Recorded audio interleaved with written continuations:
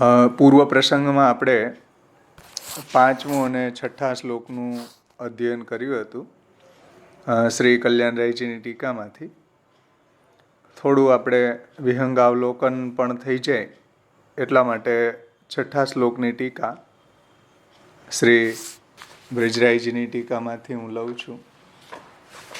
Page number છે 60 ઉપર શ્રી બ્રજરાયજીની ટીકા છે.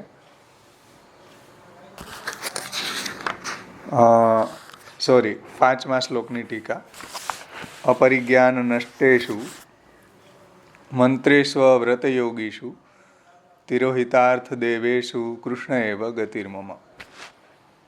કલિયુગની અંદર મંત્રો અપૂર્ણ જ્ઞાનથી નષ્ટ થયા છે. વૈદિક મંત્રો વ્રત વગરના લોકોમાં રહેલા છે અને તેમના અર્થ અને દેવતા પણ તિરોહિત થયા છે. આવી પરિસ્થિતિમાં તો શ્રી કૃષ્ણ જ મારી ગતિ થાઓ. શ્રી મહાપ્રભુજીએ પાંચમા શ્લોકની અંદર ધર્મના જે 6 અંગો છે એમાંથી મંત્રની વિફલતા સામે કૃષ્ણાશ્રયની સફળતાનું વર્ણન કર્યું છે. એમાં શ્રી બ્રજરાયજીની ટીકા આપણે જોઈએ છીએ 59 પેજ ઉપરથી શરૂ થાય છે. આ શ્લોક આપણે ગયા વખતે કલ્યાણરાયજીની ટીકામાંથી અધ્યયન કર્યો હતો. બ્રજરાયજીની ટીકામાંથી આપણે બાકી છે તો થોડું એનું અવગાહન કરીને આગળ વધશું. ઉપરયુક્ત પરિસ્થિતિ મેં સત્પુરુષ મિલને તો દુર્લભ હો ગયે हैं, એટલે કે અહંકાર વિમૂઢેશુ સત્સુ પાપાનું વર્તીશું બની ગયા છે. તો उन्हें ढूंढने का प्रयास करने से तो अच्छा यह रहेगा कि भगवत प्राप्ति के लिए मंत्र जप इत्यादि साधन कर लिए जाए. એટલે આપણે એવા સત્પુરુષોનો માનો કે અત્યારે અહંકારથી વિમૂઢ થઈ ગયા અને લાભ પૂજામાં જ એ પ્રયત્નશીલ બની ગયા હોય તો હવે આપણે બીજો કોઈ માર્ગ એવો શોધીએ મંત્રનો કે મંત્ર જાપ આપણે ઘરમાં બેસીને કરશું तो मंत्र जाप इत्यादि साधन कर लिए जाए, क्योंकि कम से कम इनमें किसी और की तो अपेक्षा नहीं रहती है. આમાં કોઈની બીજાની તો અપેક્ષા નથી રહેતી. મંત્રનો આપણે અનુષ્ઠાન જાતે કરી શકીએ, મંત્રનો જપ આપણે જાતે કરી શકીએ છીએ. और अपने आप ही किए जा सकता है मंत्र का जाप. अतः सत्संग की अपेक्षा એટલે સત્પુરુષોના સંગની અપેક્ષાએ એ ઇન પર નિર્ભર રહેના અધિક શ્રેયકર લગતા હૈ. એના કરતાં મંત્રનો આશ્રય કરવાનું વધારે સારું લાગે છે, વધારે શ્રેયકર, વધારે કલ્યાણકારી લાગે છે. આ ઉત્થાનિકા છે, જવાબ નથી. और भी 3 वेदों को भी छोड़ दिया जाए, विहित कर्मों को भी छोड़ दिया जाए, परंतु केवल गायत्री मंत्र का जाप करते रहने से ब्राह्मण निर्भय हो जाता है.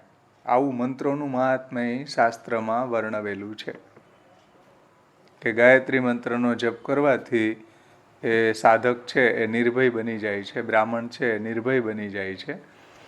ભલે ही अंग सहित वेदों का आचरण करे, परंतु गायत्री मंत्र के जाप के बिना वेदों का जो आचरण है वो निष्फल है. આવું પણ શાસ્ત્રનું વાક્ય છે. और समस्त वर्ण और आश्रम, स्त्री, नाना प्रकार के पुनर्जन्म के भयभीतों को वांछित फल देने वाला एवं रक्षा करने वाला गोपाल मंत्र है.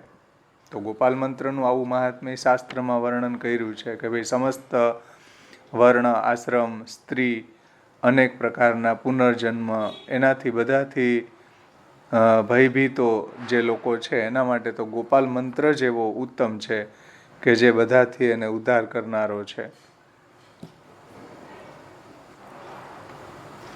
इत्यादि वाक्यों के अनुसार मंत्र जाप आदि धर्म को साधने में अनुकूल प्रतीत होते हैं. એટલે મંત્રનો જપ કરવો, ગાયત્રી મંત્ર છે, ગોપાલ મંત્ર છે, તો એનો જપ કરવાથી વધારે આપણને સારી રીતે फल प्राप्ति થઈ શકે છે। मंत्र जाप इत्यादि धर्मों को साधने में अनुकूल प्रतीत होते हैं। अतः इस भ्रम का निवारण करने के लिए श्री आचार्य चरणों कालकृत उपद्रव के कारण मंत्रों में भी दोष बताते हुए आगे के श्लोक में अपरिज्ञान नष्टेषु मंत्रेष्व व्रत योगीषु तिरोहितार्थ देवेशु કૃષ્ણ એવ ગતિર્મમ। ઉત્થાનિકા બધાને સમજાણી એવી સત્પુરુષો દુર્લભ થઈ ગયા છે। જો ચાલો આપણે મંત્રનું અનુષ્ઠાન કરશું, મંત્રનું અવલંબન કરશું, અને મંત્રનું મહાત્મ્ય શાસ્ત્રમાં ઘણું વર્ણન કર્યું છે કે ગમે એટલું વેદાધ્યયન કરે પરંતુ જો ગાયત્રી મંત્રનો એ જપ ન કરે તો બધું વ્યર્થ છે। પછી જે બધા જ લોકો છે એના માટે વર્ણ આશ્રમ સ્ત્રી શૂદ્ર બધા લોકો જે છે એને પુનર્જન્મના ભયથી પુનર્જન્મનો ભય દૂર કરવા માટે ગોપાલ મંત્ર સર્વશ્રેષ્ઠ છે એવું શાસ્ત્રના વાક્યો મળે છે। તો મંત્રનું જ અનુષ્ઠાન શા માટે ન કરવું, આ ઉત્થાનિકા છે। હવે એનો જવાબ આપે છે શ્રી બ્રિજરાઈજી। બહુ સુંદર રીતે આપે સમજાવ્યું છે મંત્રની શું પરિસ્થિતિ છે। अपरिज्ञान नष्टेषु इत्यादि शब्दों की व्याख्या करते हैं। इसमें भी पहले की ही भांति गौण अर्थ एवं भाव लक्षणा सप्तमी विभक्ति माननी चाहिए। यानी कि श्रीमद् भागवत के एकादश स्कंद में कहे गए मंत्रों का अर्थ भली भांति रूप से समझकर हृदयंगम कर लेने से मंत्र की शुद्धि हो जाती है। એવું એકાદશ સ્કંદમાં 11મો સ્કંદ 21મો અધ્યાય 15મા શ્લોકમાં કહ્યું છે કે મંત્રો કા અર્થ ભલી ભાંતિ રૂપ से यानी સારી રીતે સમજીને એને હૃદયારૂઢ કરી લેવો, એનાથી મંત્રની શુદ્ધિ થઈ જાય છે। इस भगवद वाक्य के अनुसार मंत्रों को भली भांति समझ बूझ लेने से मंत्र की शुद्धि होती है। परिज्ञान यानी भली भांति रूप से समझना इसका अर्थ है। और कैसे मंत्र प्राप्त करना, तो कहते हैं कि गुरु के शरण में होकर मंत्रों के विधान, मंत्रों का न्यास, मंत्र पाठ का अर्थ, मंत्र पाठ પછી એનો અર્થ, મંત્ર का तात्पर्य, मंत्रों का विनियोग कहाँ करना, મંત્રો કા વિનિયોગ કहाँ करना, મંત્રનો શું પ્રયોજન છે, શું એનો વિનિયોગ છે, ઇત્યાદિ સમસ્ત બાતો કા પરિપૂર્ણ જ્ઞાન હોના, એનું નામ પરિજ્ઞાન કહેવાય। શ્લોકની અંદર કહ્યું ને અપરિજ્ઞાન નષ્ટેષુ, તો અપરિજ્ઞાનને સમજાવવા માટે પહેલાં પરિજ્ઞાન સમજો કે મંત્રો છે એનું મંત્રનું વિધાન, પછી મંત્રનો તાત્પર્ય, મંત્રનો વિનિયોગ, આ બધું જો જાણવામાં આવે તો મંત્રોનું પરિજ્ઞાન થયું કહેવાય। ભાવેશભાઈ, હા, આપણે નવરત્નમાં જે કહ્યું છે ને નિવેદનંતુ સ્મર્તવ્યમ સર્વથા તાદ્રશય જનૈ, એટલે જ્યારે આમાં લખ્યું છે કે સત્પુરુષોનો અભાવ થઈ ગયો છે તો તાદ્રશી જન બી મળવા મુશ્કેલ છે। અહીંયા જે શ્લોકમાં કહ્યું છે ને, આગળના શ્લોકના કોન્ટેક્સ્ટમાં કહ્યું છે કે અહંકાર વિમૂઢેષુ સત્સુ પાપાનું વર્તીશું લાભ પૂજાર્થ યત્નેષુ કૃષ્ણ એવ ગતિર્મમ, એની વાત કન્ટિન્યુટીમાં ચાલી રહી છે કે ભાઈ સત્પુરુષોના સંગથી પણ ઉદ્ધાર થઈ શકે એમ છે, તો એનું અવલંબન કેમ ન કરવું। તો મહાપ્રભુજીએ કહ્યું કે ભાઈ સત્પુરુષો છે, જ્ઞાનીજનો છે, એ પણ અહંકારથી વિમૂઢ થઈ ગયા છે અને પોતાની લાભ પૂજામાં જે લોકો પ્રયત્નશીલ છે, તો હવે શું કરવું, કોનો આશ્રય કરવો? તો આપણને એમ લાગે કે ચાલો મંત્રનો આશ્રય કરશો। એટલે નવરત્ન સમજી ગયો, એટલે ખાલી ડિફરન્સ એટલે સત્પુરુષ અને તાદ્રશી જન એ બી બે અલગ કેટેગરી થશે ને। તાદ્રશી જન એ સત્પુરુષ તો છે પણ એનાથી વધારે ગણાશે ને। અહીંયા સ્પેસિફિકલી કોઈ પુષ્ટિ માર્ગી તાદ્રશીની વાત નથી। અપરિજ્ઞાન નષ્ટેષુમાં એક જનરલ કોઈ એવા જ્ઞાની કે કોઈ એવા સારા પુરુષ કે એવા કોઈ ભક્ત ઇન જનરલ વાત મહાપ્રભુજી કરે છે કે ભાઈ લોકની અંદર આવા જે પુરુષો છે એ અહંકારથી વિમૂઢ થયા છે. એની આપણે ગયા વખતે ચર્ચા કરી ગયા હતા કે આપણા સંપ્રદાયમાં પણ આવી પ્રોબ્લેમ આવી છે.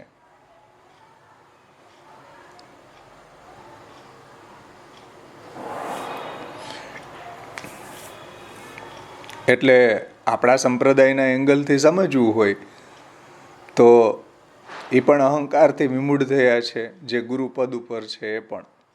તો શું કરવું હવે? તો કૃષ્ણ એવ ગતિર્મમ. લોકની અંદર પણ જે લોકો છે એ પણ એવા બની ગયા હોય તો શું કરવું? તો કૃષ્ણ એવ ગતિર્મમ. આપણા સંપ્રદાયમાં આવા લોકો બની ગયા છે જે ગુરુપદ ઉપર છે, જે લીડર છે, જે બધાને લીડ કરે છે, એ પણ આવા અહંકારથી વિમૂઢ અને લાભ પૂજા માટે જ પ્રયત્નશીલ છે. તો શું કરવું હવે? તો આ ઉત્થાનિકામાં એમ સમજાવે છે કે ભાઈ તો મંત્રનો આશ્રય કરો. મંત્રનો આશ્રય કરીએ તો મંત્રનું આવું પરિજ્ઞાન હોવું પહેલાં જરૂરી છે કે એના દેવતા કોણ છે, ઋષિ કોણ છે, મંત્રનું પ્રયોજન શું છે, એનો ન્યાસ શું છે, મંત્ર પાઠનો પછી મંત્રનો અર્થ શું છે, એના જે બી રૂલ્સ ને રેગ્યુલેશન શું છે, એનું નામ પરિજ્ઞાન. પણ મહાપ્રભુજી એમ સમજાવવા માગે છે કે અપરિજ્ઞાન નષ્ટેશું. આવું કોઈને જ્ઞાન જ નથી મંત્રનું, અને બધા લે તારી દે તારીમાં મંત્રનો પાઠ કરવા લાગી ગયા. ગાયત્રી મંત્રનો પાઠ કરવા લાગી ગયા બધા. જેને યજ્ઞોપવિત નથી એ પણ ગાયત્રી મંત્રનો પાઠ કરે છે. જે સ્ત્રી શુદ્ર છે, જેને આ મંત્રનો પાઠ એલાવ જ નથી શાસ્ત્રમાં, એ પણ આવા મંત્રોના પાઠ કરે છે. વૈદિક મંત્રોની રૂચાઓ તમે જુઓ તો યુટ્યુબ ઉપર જોઈ શકો છો કે સાવ ક્ષુદ્ર લોકો જે છે એ પણ એને બોલે છે. તો હવે શું કરવું? મંત્ર ફલ આપશે અત્યારે કલિયુગમાં? કેમ કે અનધિકારી લોકોના મુખમાંથી જ્યારે મંત્ર બોલવામાં આવે ત્યારે એ મંત્ર કેવલ સાઉન્ડ માત્ર જ રહે છે, એના અર્થ અને દેવતા તિરોહિત થઈ જાય છે. એટલે એ મંત્ર પણ કંઈ ફલ નથી આપતા, એવું અહીંયા ટીકાકારને સમજાવવું છે. એટલે પહેલા પરિજ્ઞાનને સમજાવે છે. હવે આવે છે આપ સમજાવે છે કે ભાઈ अपरिज्ञान એટલે શું? તો જहाँ इन सभी बातों का ज्ञान नहीं है वह अपरिज्ञान होता है. આવું કંઈ જ્ઞાન નથી મંત્રની બાબતમાં. ક્યારે બોલવો, શા માટે બોલવો, એના દેવતા શું છે, એના ઋષિ કોણ છે, એનો છંદ શું છે અને એનું વિનિયોગ શું છે, ખબર જ નથી કોઈને. બધા જ મંત્રનો પાઠ કરે છે. અનધિકારી પણ મંત્રનો પાઠ કરવા બેસી ગયા છે. તો હવે શું કરવું? મંત્રથી ઉદ્ધાર નહીં થાય અત્યારે. એમ શ્રી મહાપ્રભુજી કહે છે કે અપરિજ્ઞાન નષ્ટેશું મંત્રેશું અવ્રત યોગીશું. એનું પરિજ્ઞાન ન હોવાના કારણે નષ્ટપ્રાય થઈ ગયા છે મંત્રો પણ. અને અવ્રત યોગીશું, જે મંત્રને બોલવા માટે જે વ્રતનું પાલન કરવું જોઈએ, જે શુદ્ધિ જોઈએ, એ કોઈનામાં નથી અત્યારે. એનું કોઈ પાલન નથી કરતું. તો હવે શું કરવું? કૃષ્ણ એવ ગતિર્મમ. તો આચાર્ય ચરણોની વાતને સમજાવતા વ્રજરાયજી કહે છે કે જहाँ इन सभी बातों का ज्ञान नहीं है वह अपरिज्ञान. एનું नाम अपरिज्ञान है. एवं श्री आचार्य चरणों आज्ञा करते हैं कि अपरिज्ञान के कारण मंत्रों का प्रभाव नष्ट हो गया है. મંત્રનું પરિજ્ઞાન ન હોવાના કારણે એનો જે પ્રભાવ છે, એના દ્વારા જે ફલ મળવું જોઈએ એ મળશે નહીં અત્યારે. ભલે ही मंत्रों का उच्चारण सुनाई दे रहा हो.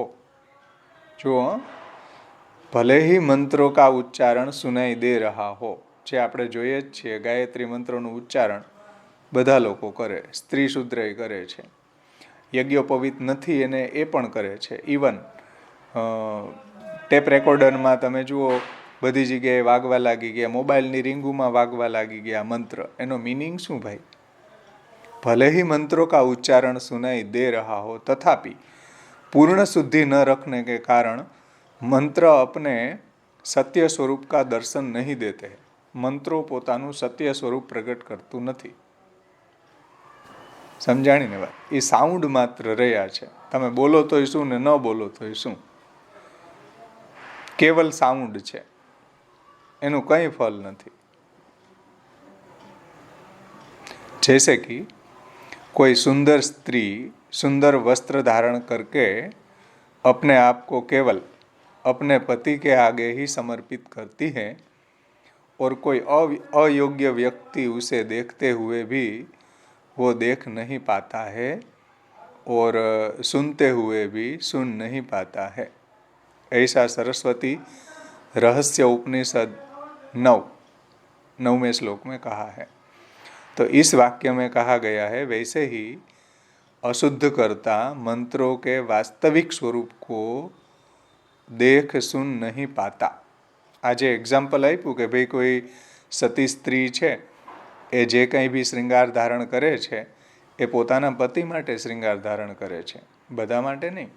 એવી રીતના મંત્રો છે એ કોઈક એવા અધિકારી છે જે વ્રત પરાયણ છે, જેને મંત્રના અર્થનું જ્ઞાન છે, જેને મંત્રના ન્યાસનું જ્ઞાન છે, મંત્રના વિનિયોગનું જ્ઞાન છે, એના દેવતાનું જ્ઞાન છે, એના છંદનું જ્ઞાન છે, એના ઋષિનું જ્ઞાન છે, એવા લોકોની સામે મંત્ર પોતાનો પ્રભાવ પ્રગટ કરે, બધાની આગળ નહીં ભાઈ। એટલે આ દ્રષ્ટાંત આપ્યું કે કોઈ સતી સ્ત્રી છે, कोई सुंदर स्त्री सुंदर वस्त्र धारण करके अपने आप को केवल अपने पति के लिए ही समर्पित करती है, दूसरों के लिए नहीं। समझाणु ने? तो इस वाक्य में कहा गया है कि वैसे ही अशुद्ध करता जे मंत्र बोलवा माटे जे शुद्धि जोए, जे व्रत जोए, ए कोई नाम अत्यारे रह्यु नथी। तो ऐसे अशुद्ध करता मंत्र के वास्तविक स्वरूप को देख नहीं सकते, सुन नहीं सकते। समझाणु ने? એટલે અપરિજ્ઞાન નષ્ટેષુ મંત્રેષ્વ અવ્રત યોગીષુ તિરોહિતાર્થ દેવેશુ। આ શ્લોકનો આપણે પાઠ કરતા હોય ને તે ઘણા લોકો ગંગાદી તીર્થવર્યેષુ દુષ્ટેરેવા વ્રતેષ્વ તિરોહિતાર્થ દેવેશુ, ત્યાં તિરોહિતાર્થ બોલી જાય। અને આ જે શ્લોક છે અપરિજ્ઞાન નષ્ટેષુ મંત્રેષ્વ વ્રત યોગીષુ તિરોહિતાધિદેવેશુ કૃષ્ણ એવ ગતિર્મમ, આવી ઉલટા સુલટી થઈ જતી હોય કૃષ્ણાશ્રયના પાઠમાં। કેમ કે ગંગાજી જે છે એના અધિદેવ હોય છે, ત્યાં અર્થ અને દેવતા તિરોહિતાર્થ દેવેશુ આ મંત્રની બાબતમાં કહ્યું છે, તીર્થની બાબતમાં નથી કહ્યું। એટલે આ થોડું સાવધાની રાખવી જોઈએ। ઘણા લોકોને પાઠ કરતી વખતે આ હોચપોચ થઈ જાય છે। એટલે આ અહીંયા મંત્રની બાબતમાં જે અર્થ અને દેવતાની તિરોહિતની વાત કરી છે ને ત્યાં તીર્થમાં ઘૂસી જાય ને તીર્થમાં જે તિરોહિતાધિદેવેશુ એમ જે કહ્યું ને એ અર્થમાં મંત્રની બાબતમાં ઘૂસી જતું હોય છે। આવું હા જો શું ફરી કહેશો ક્યાં મિસ્ટેક કરે છે પાઠ કરવામાં? એ સોરી। અપરિજ્ઞાન નષ્ટેષુ એ વાત સમજાવી। હવે આગળ જુઓ, અવ્રત યોગીશુને સમજાવે છે श्री ब्रिजराय जी। अब चलो मान लो कि कहीं मंत्रों का परिज्ञान भी दिखाई देता हो, चालो कोई ने मंत्रनु परिज्ञान है, परंतु तो आचार्य चरणों कहते हैं कि अव्रत योगीशु इत्यादि शब्दों से दूसरे दोष भी बता रहे हैं। श्रीमद् भागवत जी के 12 स्कंध में कहा है कि कलियुग में यानी कलियुग में ब्रह्मचारी ब्रह्मचर्य व्रत से रहित हो गए हैं एवं अपवित्र रहने लगते हैं। જે મંત્રો બોલવા વાળા અધિકારી છે, જે બ્રહ્મચારી છે, જે મંત્રોનું ઉચ્ચારણ કરે છે, એ લોકો કલિયુગમાં ब्रह्मचर्य व्रत से रहित हो गए हैं, ब्रह्मचर्य व्रतનું પાલન કરતા નથી और अपवित्र हो गए हैं ब्रह्मचारी भी। तो હવે એમાં મંત્ર એ કેવી રીતના? મંત્ર બોલે તો એનું ફલ શું મળે? મંત્ર બોલવા માટે જે વ્રત પાલવું જોઈએ, બ્રહ્મચર્ય પાલવું જોઈએ, એ તો એનામાં છે નહીં, તો કેવી રીતના મંત્ર ફલરૂપ થઈ શકે ભાઈ? આ 12 સ્કંધમાં કહે છે ભાગવતકાર કે कलियुग में ब्रह्मचारी ब्रह्मचर्य व्रत से रहित एवं अपवित्र रहने लगते हैं। बोलो 12वां स्कंद 3 अध्याय 33वां श्लोक। तो यह बात कलियुग के धर्मों के अंतर्गत कही गई है कि कलियुग ની અંદર આવા ધર્મો પ્રવર્તિત થયા છે કે બ્રહ્મચારી લોકો જે છે એ પણ એવા અપવિત્ર થઈ ગયા છે, બ્રહ્મચર્યનું પાલન કરતા નથી. अतः मंत्रों की जो आरंभ दशा में ही गुरुकुल में आवास એટલે ગુરુકુલમાં રહેવું. મંત્રોની આરંભ દશામાં સર્વપ્રથમ ગુરુકુલ નિવાસ, ગુરુકુલમાં આવાસ, પછી બ્રહ્મચર્ય કા પાલન, अध्ययन यानी कि वेद का अध्ययन, धर्म परिपालन એટલે ब्रह्मचर्य धर्मનું परिपालन इत्यादि का अभाव होने के कारण ऐसे अव्रतों से संबंध हो जाने से मंत्रों की शक्ति भी क्षीण हो जाती है.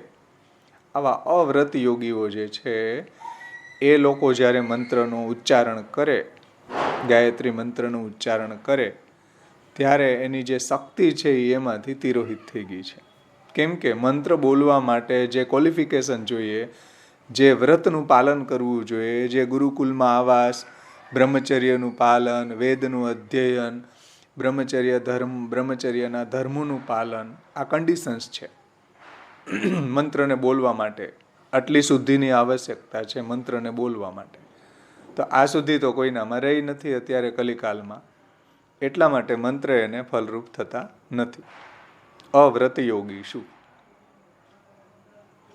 अव्रतों से संबंध हो जाने से मंत्र की शक्ति भी क्षीण हो गई है. મંત્રની શક્તિ ક્ષીણ થઈ ગઈ છે. નહીંતર મંત્રોમાં એવું સામર્થ્ય હતું કે એના દ્વારા ધર્મની સિદ્ધિ થઈ શકત. પરંતુ अपरिज्ञान नष्टेषु मंत्रेषु अव्रत योगीषु.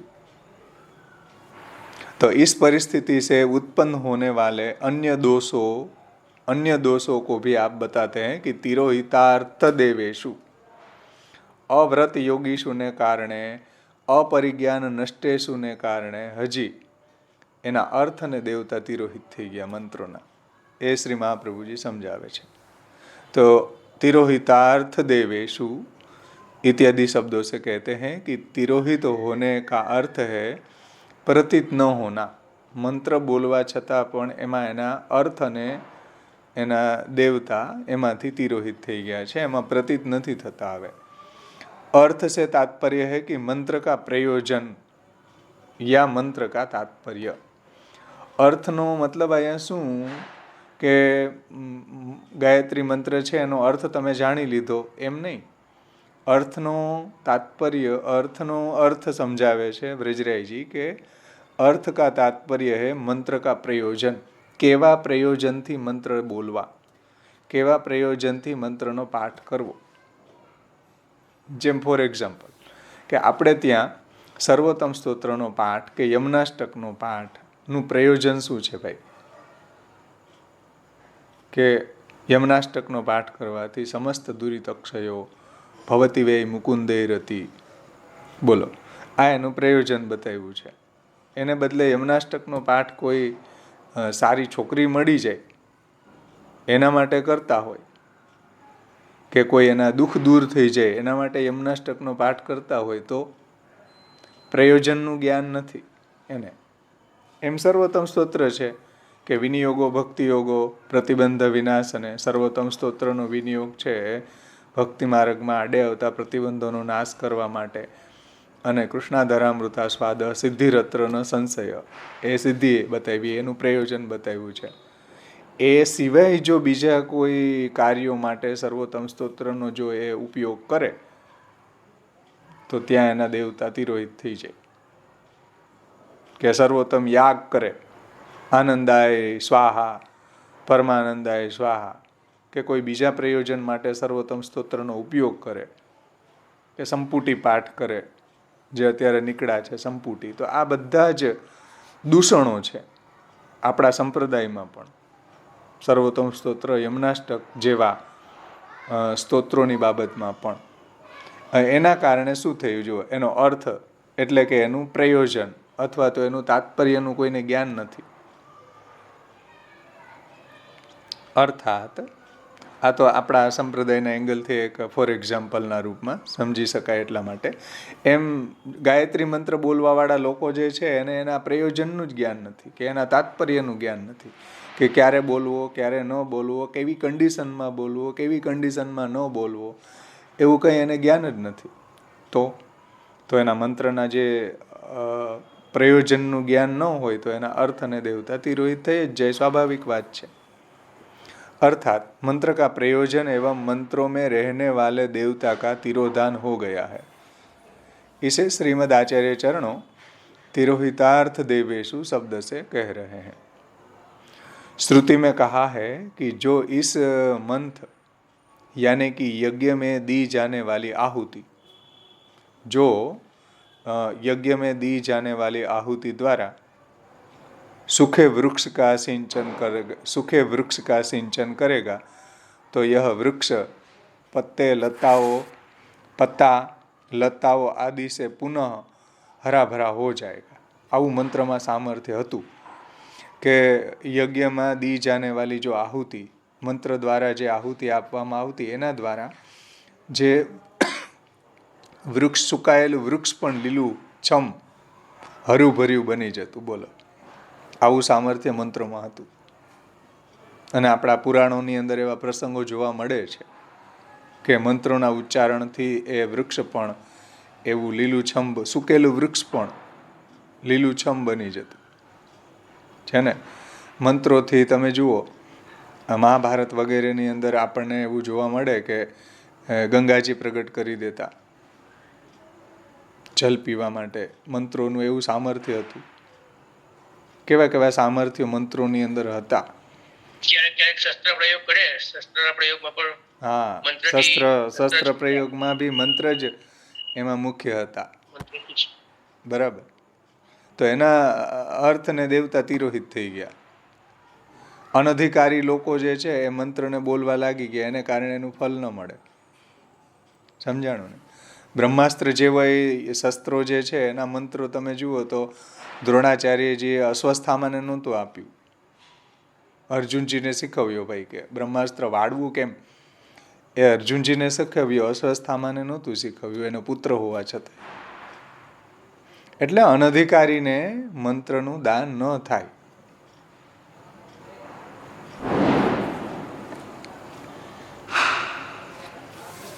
એ વાત અહીંયા સમજાવે છે ટીકા. ભાવેશભાઈ, કોઈ અધિકારી હોય, વ્યવસ્થિત જાણતો હોય ને બધી જ એને નોલેજ હોય તો એવો વ્યક્તિ મંત્રને ઉચ્ચાર કરે તો બી એ નષ્ટ થયેલું કહેવાય.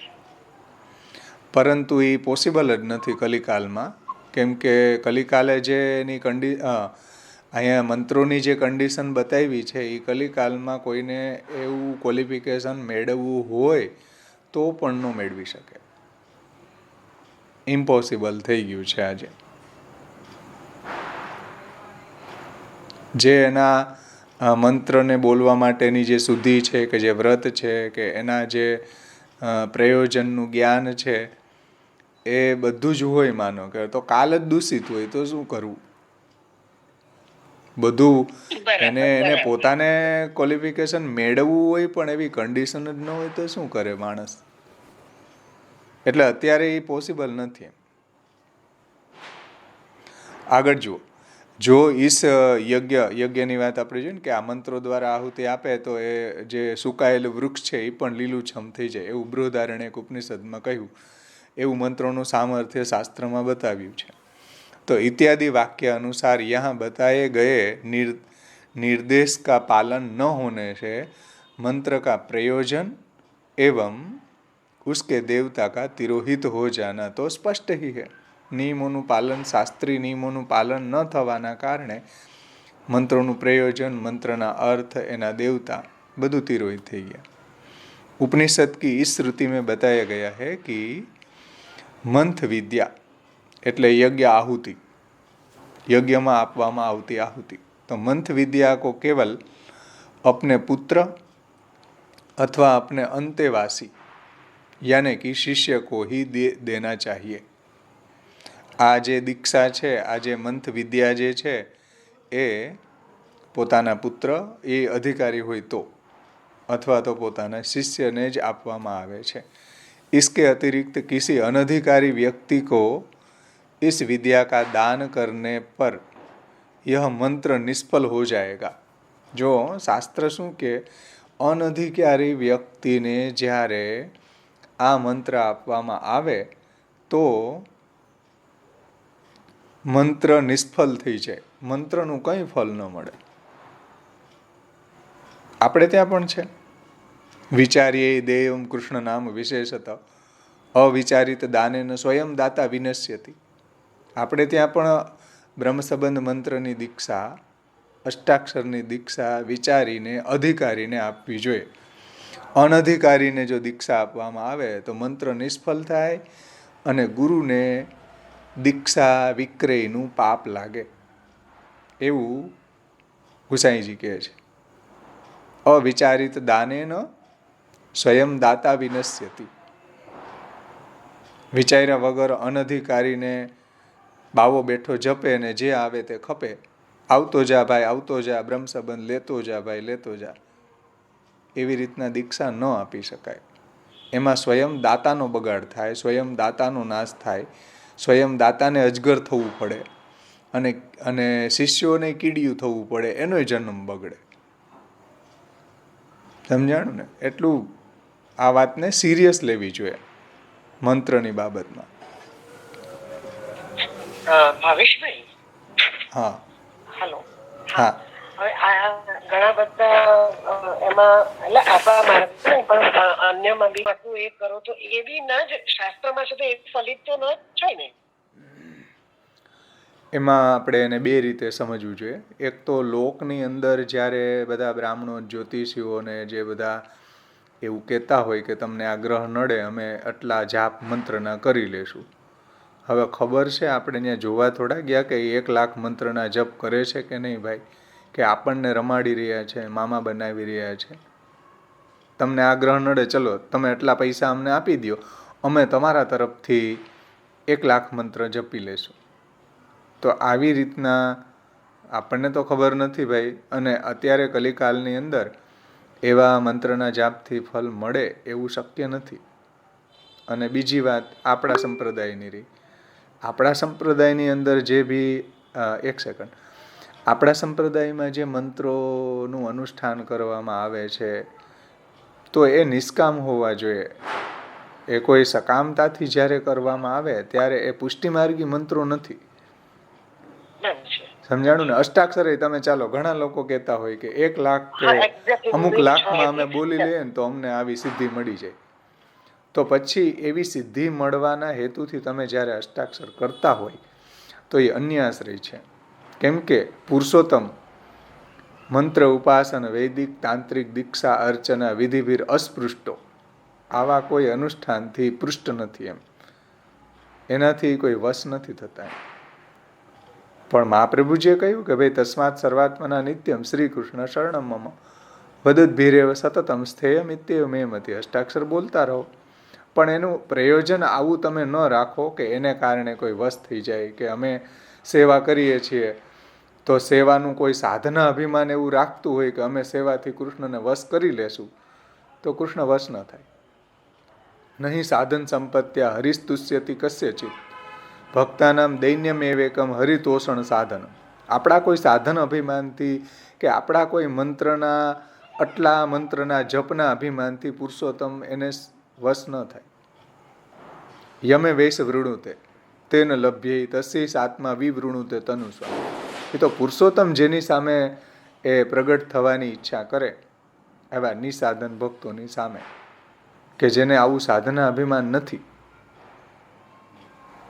એની સામે પ્રગટ થાય. આપણે સાધન અભિમાનથી કદાચ મંત્રનો જપ કરતા હોય કે સર્વોત્તમ કરતા હોય કે સર્વોત્તમ કરીને કોઈ મહાપ્રભુજીને અમે વશ કરી લેશું, કે નામ રત્નાખ્યનો પાઠ કરીને ગુસાઈજીને વશ કરી લેશું, કે સેવા કરીને અમે કે અષ્ટાક્ષર બોલીને કૃષ્ણને વશ કરી લેશું, તો એ સાધના અભિમાન અહીંયા કંઈ કામમાં નહીં આવે. કોઈ વશ ન થાય સાધન અભિમાનથી. હા હા બોલો ગિરીશભાઈ. સૌથી પહેલા તો સંપ્રદાયમાં સકામતાથી કઈ પણ વસ્તુ કરવી ન જોઈએ. રાઈટ, બરાબર. નિષ્કામ નિષ્પ્રયોજન નિર્હેતુક હોવું જોઈએ સંપ્રદાયમાં.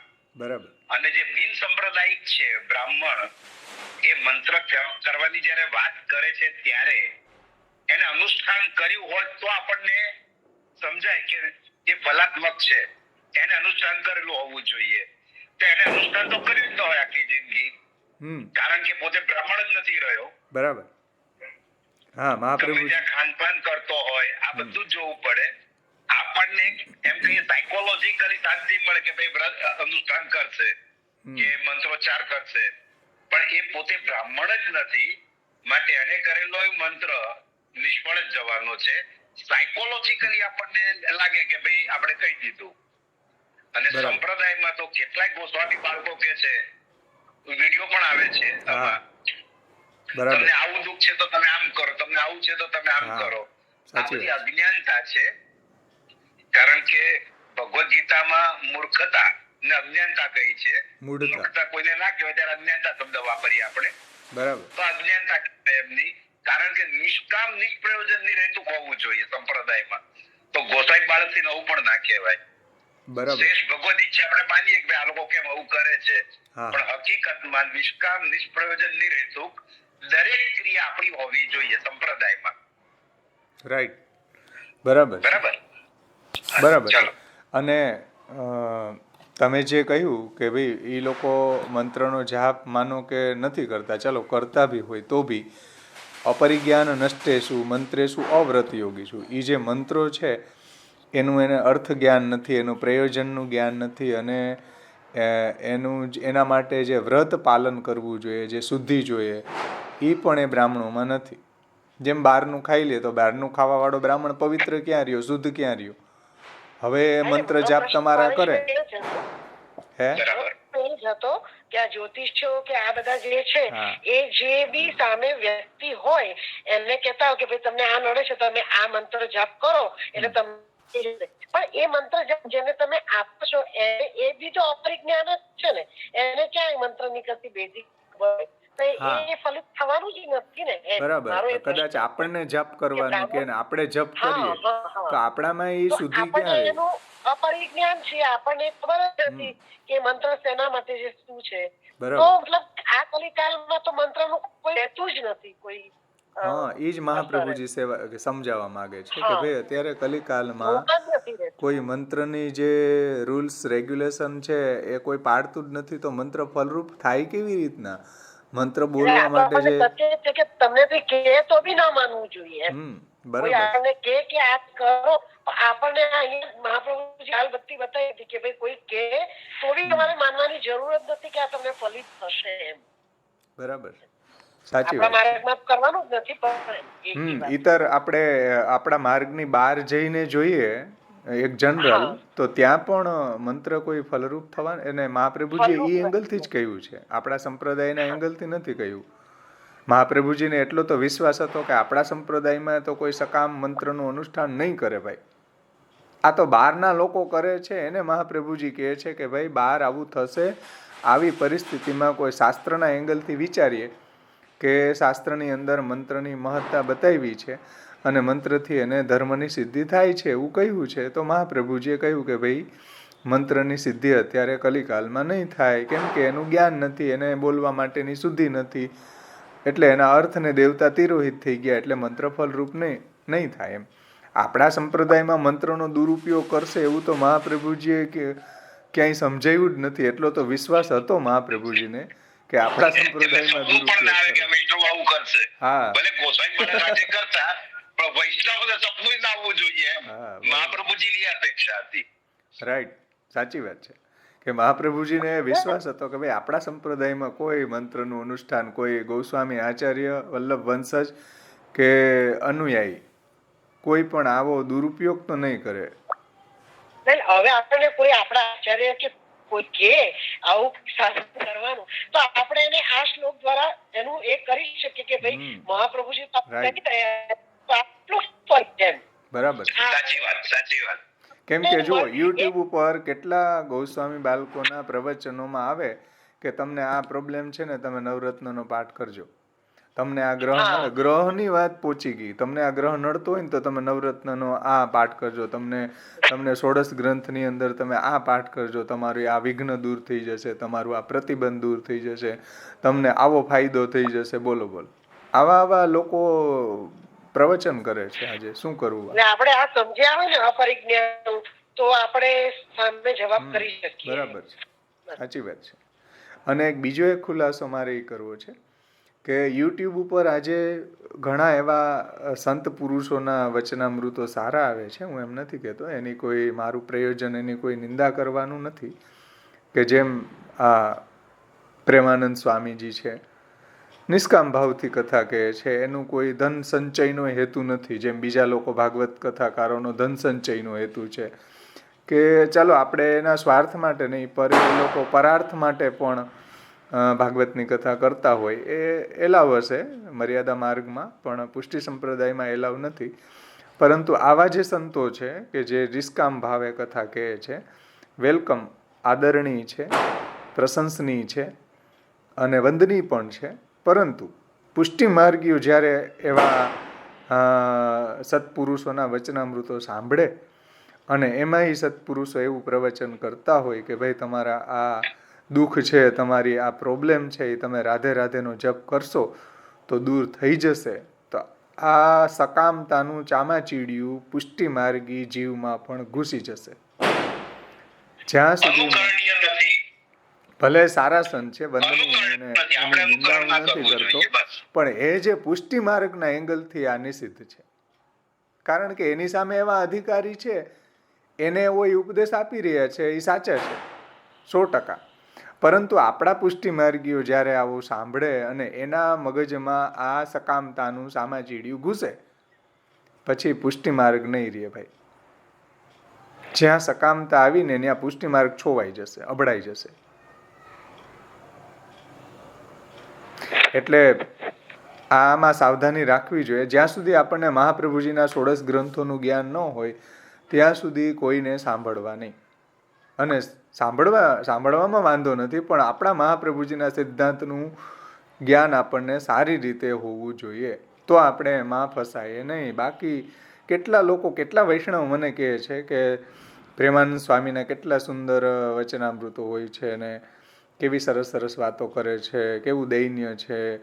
હવે આપણા સિદ્ધાંતિક મહારાજોની અંદર તો એવું નથી, એટલે અમે એ સાંભળીએ છીએ. મેં કીધું સાંભળો વાંધો નહીં, પણ તમારી એનું રિઝલ્ટ છે ને આ આવશે. સકામતા તમારા માઇન્ડમાં ઘૂસી જશે. પછી એ સકામતા તમે મહાપ્રભુજીના ગ્રંથોના જપ કરવામાં, પાઠ કરવામાં કે અષ્ટાક્ષરનો જપ કરવામાં એ સકામતા તમારી અંકુરિત થશે અને તમે પુષ્ટિ માર્ગથી બહાર વયા જશો. આ પ્રોબ્લેમ મોટી ઊભી થશે અન્ય માર્ગીઓને સાંભળવાથી ભાઈ. જ્યાં સુધી મહાપ્રભુજીના ગ્રંથોનું સારી રીતે ટીકા સાથે જ્ઞાન ન હોય ત્યાં સુધી પ્લીઝ એવા સંત પુરુષો છે, હું એની નિંદા નથી કરતો, કારણ કે એની સામે કોઈ એવા અધિકારી છે, એને કહી રહ્યા છે, અને સાચી વાત એ છે કે કમસે કમ બાલાનું શાસન ન્યાયથી એને ભગવાનના નામમાં તો પ્રવૃત્ત થશે. પણ એ બાલાનું શાસન ન્યાય આપણે ત્યાં એલાવ નથી. બાલાનું શાસન ન્યાય સમજમાં આવ્યું ને? બાલાનું શાસન ન્યાય એટલે કે કોઈ બાળકને કોઈ કામ કરાવવું હોય, એને ભણાવવું હોય, કોઈ એને લેસન કરાવવું હોય, તો આપણે એને લાલચ આપીએ કે ચાલ તો તું આટલું ભણી લઈશ, એટલું તું બાય હાર્ટ કરી લઈશ તો તને સાયકલ લઈ દઈશ, તને આ વસ્તુ લઈ દઈશ, તને કપડાં લઈ દઈશ, તને ચોકલેટ આપીશ. તો બાળક ખુશ થઈ જાય, ચલો જલ્દી જલ્દી પાઠ છે ભણી લ્યો, જલ્દી જલ્દી આ અપેક્ષિત છે મૂળે કરી લ્યો. તો બાલાનું શાસન ન્યાય કહેવાય કે બાળકને આવી લાલચ આપે તો એમાં પ્રવૃત્ત થાય. સાચી વાત છે, ભાગવતમાં એવી બાલાનું શાસન ન્યાય બતાવ્યા છે. મહાપ્રભુજીએ પણ શ્રુતિ પ્રકરણની અંદર, વેદની અંદર એવા બાલાનું શાસન ન્યાય બતાવ્યા છે કે આ યજ્ઞ કરશો તો તમને સ્વર્ગ મળશે, આ યજ્ઞ કરશો તો તમને પશુપુત્રાદિક ધન મળશે. પરંતુ વેદનું પ્રયોજન આવું ધન યજ્ઞનું કરવા પાછળ ધન મળવું કે પશુપુત્રાદિકની પ્રાપ્તિ થવી એના માટે નથી. પરંતુ જે લોકોને આવી વસ્તુની લાલચ છે એવા લોકો જ્યારે આવા વાક્યો સાંભળી અને યજ્ઞ યાગાદિ કરવામાં પ્રવૃત્ત થશે કે સ્વર્ગ કામો યજેત, કે પશુપુત્રાદિક ધનની કામનાથી આ યજ્ઞ કરવો એ પ્રવૃત્ત થશે, પણ આગળ જતાં એને એવી ફિલિંગ આવશે કે ઓહો દિવ્ય યજ્ઞ છે, દિવ્ય યજ્ઞનું ફલ છે, આવા ક્ષુદ્ર ફલોમાં શા માટે મારે ફસાયેલું રહેવું, પછી નિષ્કામ યજ્ઞમાં પ્રવૃત્ત થશે. એવું મહાપ્રભુજીએ ત્યાં શ્રુતિ પ્રકરણમાં જે વેદની અંદર યજ્ઞનું આવું સકામ યજ્ઞ પણ બતાવ્યા છે. પણ સકામ યજ્ઞનું રીઝન, એનું તાત્પર્ય નિષ્કામ યજ્ઞમાં છે. સર્વોત્કૃષ્ટ એ નિષ્કામ યજ્ઞ કરે એવું એનું પ્રયોજન છે. એમ ભાગવતમાં પણ અધ્યાયોના અંતમાં ફલ બતાવ્યા કે ચાલો આ અધ્યાયનો ગજેન્દ્ર મોક્ષનો તમે પાઠ કરી લેશો તો દુઃસ્વપ્ન નાશ થઈ જશે, અને આ તમે આખ્યાનનું તમે શ્રવણ કરશો તો તમને તમારું ઐશ્વર્ય ચાલવા માંડશે બધી જગ્યાએ. આ તમે આખ્યાનનો પાઠ કરશો, આ અધ્યાયને તમે વાંચી લેશો કે શ્રવણ કરશો તો તમને ધન મળી જશે વગેરે વગેરે. તો આવા ફલો આપણા ભાગવતમાંય બતાવ્યો, તો એને કેમ સમજવું? ચલો, તો એ બાલાનું શાસન ન્યાયથી એવા અધિકારી છે લોકની અંદર કે જેને આવી લાલચ આપીને આમાં પ્રવૃત્ત કરવામાં આવે છે, અને પછી આગળ જતાં એને જ્યારે ભગવાનનું એવું રસરૂપ સ્વરૂપ, એવો લીલાનો આનંદ આવવા માંડશે, પછી એની મેળે એની જે સકામતા છે એ છૂટી જશે. એવા અધિકારી પણ છે, એટલે તો ભાગવત આવા ફલ બતાવે છે. પરંતુ જે પુષ્ટિજીવ છે એનું આમાં પરીક્ષા છે કે એને સાવધાન રહેવું કે આવા હેતુથી એને ભાગવતનું અધ્યયન ન કરવું, આવા પ્રયોજનથી એને ભાગવતના અધ્યાયો ન વાંચવા. ભાઈ, ભાગવત ફલરૂપ છે. વેદ કલ્પતરોર ગલિતમ ફલમ શુક મુખાદ અમૃત દ્રવ સંયુતમ પીબતમ ભાગવતમ રસમાલયમ મુહુરહો રસિકા ભુવિ ભાવુકા.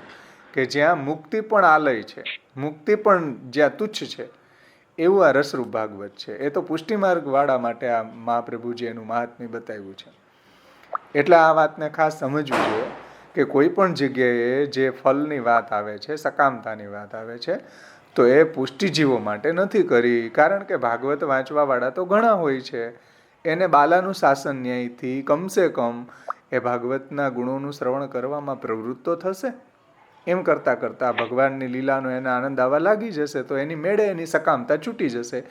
એવી રીતના પ્રેમાનંદ સ્વામીજીની સામે પણ કોઈ એવા છે અધિકારી કે એને એ ઉપદેશ આપી રહ્યા છે. રાઈટ, સાચો ઉપદેશ છે, કેમ કે અધિકારી સામે એવા છે.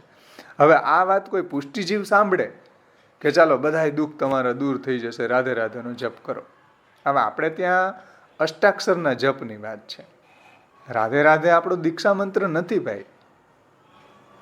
મહાપ્રભુજીએ કહ્યું તસ્માત સર્વાત્મના નિત્યમ શ્રી કૃષ્ણ શરણમ મમ વદત ભીરેવ સતતમ સ્થેય મિત્યેવ મે મતિ. આપણે ત્યાં પર્સનલ કોઈ શક્તિની ઉપાસના નથી.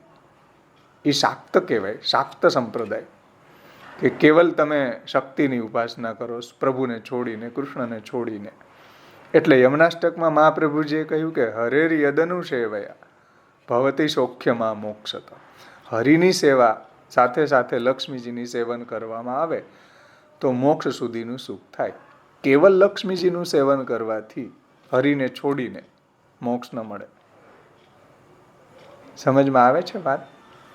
એટલે સંતો સારા છે અને ખૂબ સારા વચનામૃત કરે છે, વેલકમ. પરંતુ એના કોઈ અધિકારી છે ભાઈ.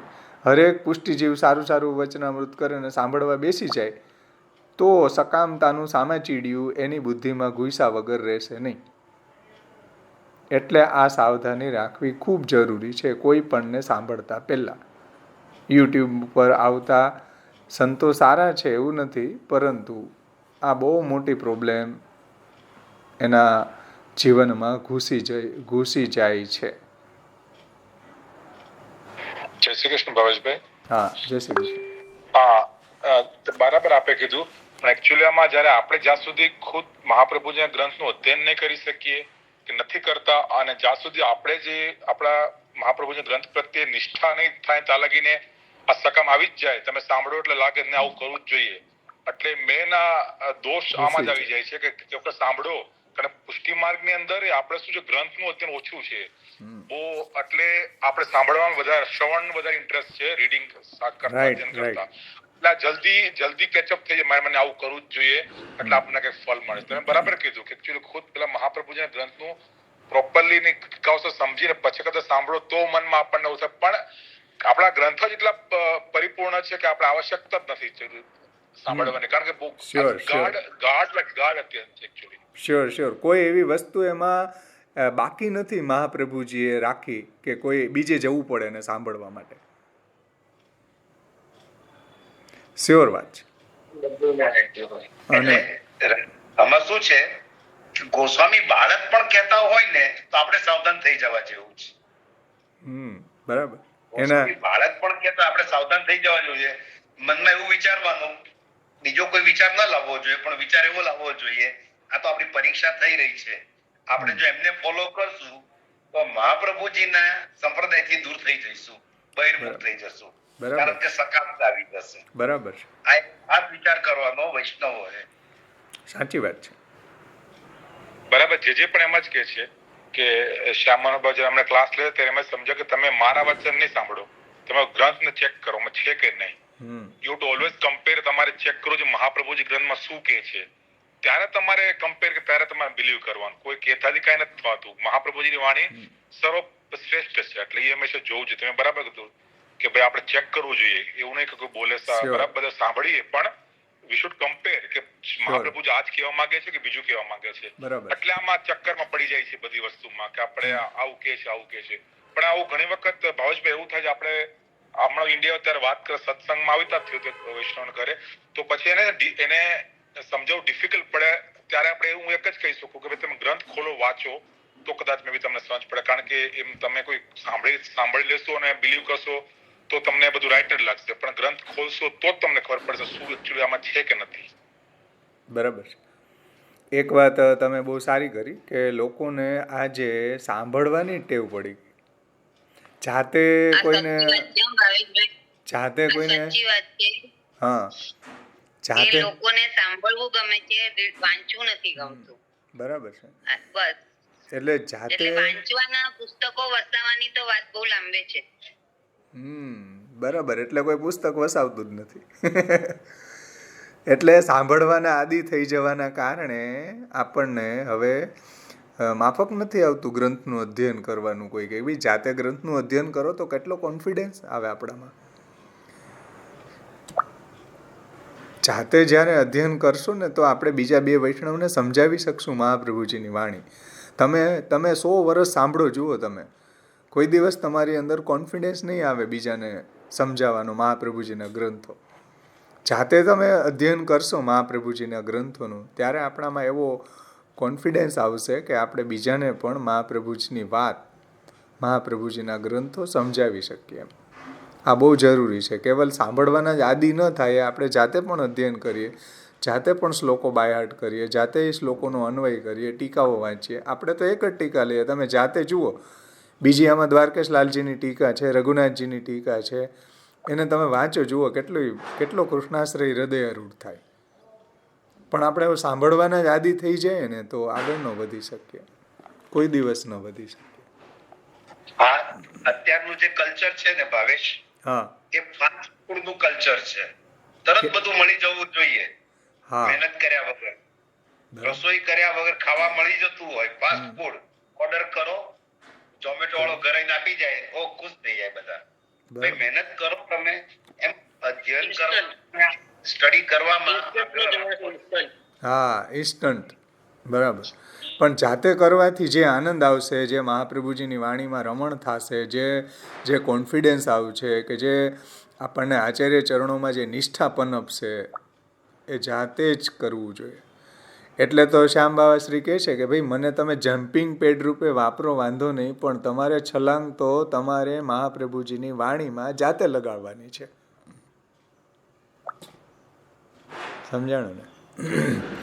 બીજું કે જયારે મને યાદ લગભગ જે જ કીધેલું, આપણે ખુદ જયારે અધ્યયન કરીએ તો આપણે શ્રવણ શક્તિ, આપણે બોલવાની અને આપણે મનન એક સાથે કામ કરીએ. અને શ્રવણમાં તો શું ખાલી કદાચ આપણું કોન્સન્ટ્રેશન હોય કે ન હોય, અલગ અલગ, તો મલ્ટી ફેક્ટર કામ ન કરે. ખાલી બસ સાંભળીએ છીએ રાઈટ એક રોંગ, પણ જ્યારે અધ્યયન કરીએ તો આપણે એમાં કોન્સન્ટ્રેશન પણ એમાં બધું સાથે રહે છે. શ્યોર. બધી કીર્તન અને સ્મરણ ભક્તિ લગી જાય. એ લિંક છે આખી. જો જે વસ્તુનું શ્રવણ કર્યું એનું સ્મરણ કરવું, જેનું સ્મરણ કર્યું એનું કીર્તન કરવું. એટલે એ સાચું. હા, પેલા તાનસેન હતા ને એમ હવે બધા કાનસેન થઈ ગયા છે. હા, કાનસેન થઈ ગયા, તાનસેન ને બદલે કાન સાંભળવાનું. એને કારણે બીજી બધી ઇન્દ્રિયો છે ને એ અનએક્ટિવ થઈ ગઈ. હમણાં મારી ઘરે એક વૈષ્ણવ આવ્યા તો એના ઘરની અંદર બોલે જ નહીં. બોલવાનું એના સ્વભાવમાં જ નથી, કંઈ બોલવાનું નહીં. પાઠે કરે તો મનમાં કરે, કંઈ બોલવા જ નહીં. એને કારણે એનો અવાજ છે ને એ અવાજ નીકળતો બંધ થઈ ગયો. મને જોકે ખબર છે એના નેચરની પહેલેથી. એટલે આ પ્રોબ્લેમ થવાનું કારણ શું? કોઈ દિવસ બોલ્યા નથી. કેમ કે યુઝ એન્ડ લૂઝ. કોઈ વસ્તુને તમે વાપરો નહીં ને એટલે એ કાટ ખાઈ જાય. બુદ્ધિ નહીં વાપરીએ નહીં ને તો કાટ ખાઈ જાય. લોખંડ નહીં વાપરીએ નહીં ને તો કાટ ખાઈ જાય. આપણા ઘરના નળ હોય ને, ભલે તમે 5000નો નળ લ્યો, પણ એ વાપરો નહીં ને તો એ બદલાવો, કાઢી નાખવો પડે, એ ખરાબ થઈ જાય. અને 10 રૂપિયાનો નળ લ્યો ને, રોજ વાપરો, જુઓ તમે કેટલા વરસ કાઢી નાખે. એટલે કોઈ બી વસ્તુને આપણે વાપરતા નથી, એટલે એના માટે બધું રૂંધાઈ ગઈ આપણી શક્તિઓ. જો અધ્યયન જાતે કરતા હોત ને તો આપણી બધી જ બુદ્ધિ છે, આપણું મન છે, આપણું અંતઃકરણ છે, બધી રીતે એક્ટિવ હોત. બીજાને સમજાવવા માટે એક્ટિવ હોત, કમ્પ્લીટ હોત. સમજાણું ને? એટલે જે અધ્યયન કરતા હોય ને એનામાં એવી ખીલે છે અસ્મિતા, પુષ્ટિ અસ્મિતા, એવી મહાપ્રભુજીની વાણીમાં નિષ્ઠા ખીલી જાય છે. બાકી સાંભળવાના જ આદિ હોય ને કે ભાઈ શું સાંભળ્યું ગયા વખતે, બહુ આનંદ આવ્યો, બહુ આનંદ આવ્યો, પણ શું આનંદ આવ્યો એ તો કયો, કાંઈ કે એમાંથી શબ્દો તો કયો, એ ખબર નથી. આવી હાલત થાય છે. એટલા માટે આપણે જાતે થોડું અધ્યયન કરીએ, જાતે વાંચતા શીખીએ, જાતે મહાપ્રભુજીની વાણીનું આપણે પાઠ કરીએ, એને ટીકાઓનું અધ્યયન કરીએ, તો આપણે બધા જ આપણું સોળે કળાએ ખીલશે આપણું અધ્યયન. આ બહુ જરૂરી છે.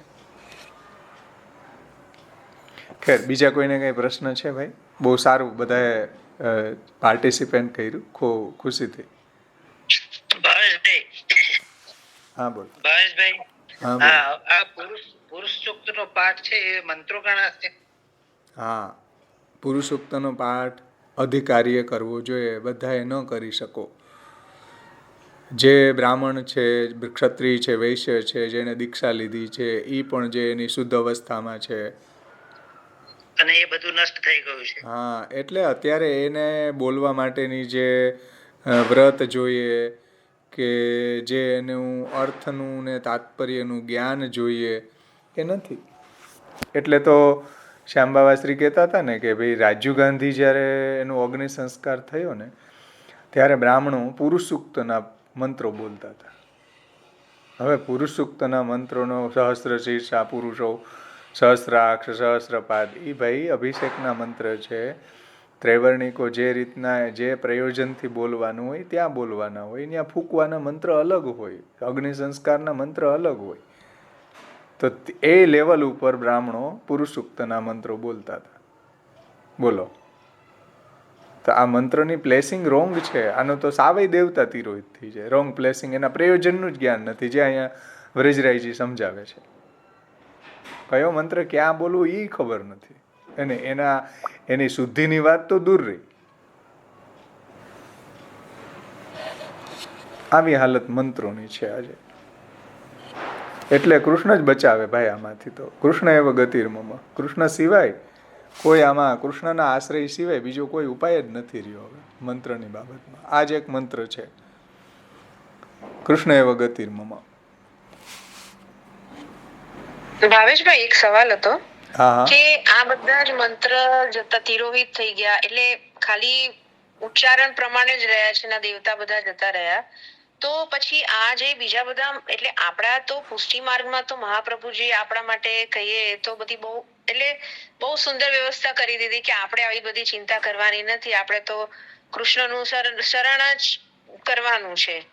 એટલે મહાપ્રભુજી આપણે એટલી બધી કાળજી લીધી છે કે આવો સમય ભવિષ્યમાં આવશે કરીને, અને એમના પોતાના વૈષ્ણવો માટે ઘણી જ કાળજી લીધી છે. પણ આ જે બધા જે અત્યારે હું જોઉં છું કે ઘણા બધા કરતા હોય છે કે સૂર્યદેવને પાણી ચડાવે, કે પછી ઘણી બધી જોઉં છું કે મર્યાદા રીતે બધી સેવા પૂજા કરતા હોય છે તો એ લોકોનું તો કઈ પછી ફળ ના રહ્યું ને, એમ મારો કેવો સવાલ હતો. એ બાબતમાં શ્રી મહાપ્રભુજી એમ કહે છે કે ભાઈ જે નિત્ય અને નૈમિત્તિક કર્મો છે એ આપણે કાપટપૂર્વક કરવા જોઈએ. લૌકિકત્વમ વૈદિકત્વમ કાપટ્ય તેસુ નાન્યથા વૈષ્ણવત્વમ સહજમ. આપણા માટે નહીં, આપણે તો ઠાકોરજીની સેવા અને આપણે તો મહાપ્રભુજીએ જે કર્તવ્ય બતાવ્યું છે એ જ કરવાનું છે. આપણા માટે નહીં. હું તો આ જે બધું આજુબાજુ જે બધે જોઉં છું તો મને એવો વિચાર આવે છે કે તો પછી એમનું જે કર્મ તો કરી રહ્યા છે પણ અને એવા ભાવથી એમના મનમાં ભાવ પણ હશે કે અમે તો ભગવાનનું કે જેને પણ દેવી દેવતાનું પૂજન કરે છે અમે બહુ સારી રીતે કરીએ છીએ, એવો તો ભાવ એ લોકોને આવતો તો હશે જ ને. તો એ લોકોનું ફળ એટલે કેવી રીતે? એટલે ઇન જનરલ જે લોકોની જેવી શ્રદ્ધા હોય એ પ્રમાણે એ લોકો તર્પણ કરતા હોય કે જેને જે દેવી દેવતાઓમાં શ્રદ્ધા છે એનું પૂજન કરતા હોય કે ઉપાસના કરતા હોય, તો એ કરવાથી એને જો એને શાસ્ત્રોક્ત હશે તો એને ફળ મળશે. એમ તત્ત દેવી દેવતાઓના જે ઉપાસના કે પૂજા કે તર્પણ કે જે કંઈ બી આપણને એની શ્રદ્ધા એનામાં છે તો એ કરી રહ્યા છે, તો એ પ્રમાણે એને એવું ફળ મળી શકે છે.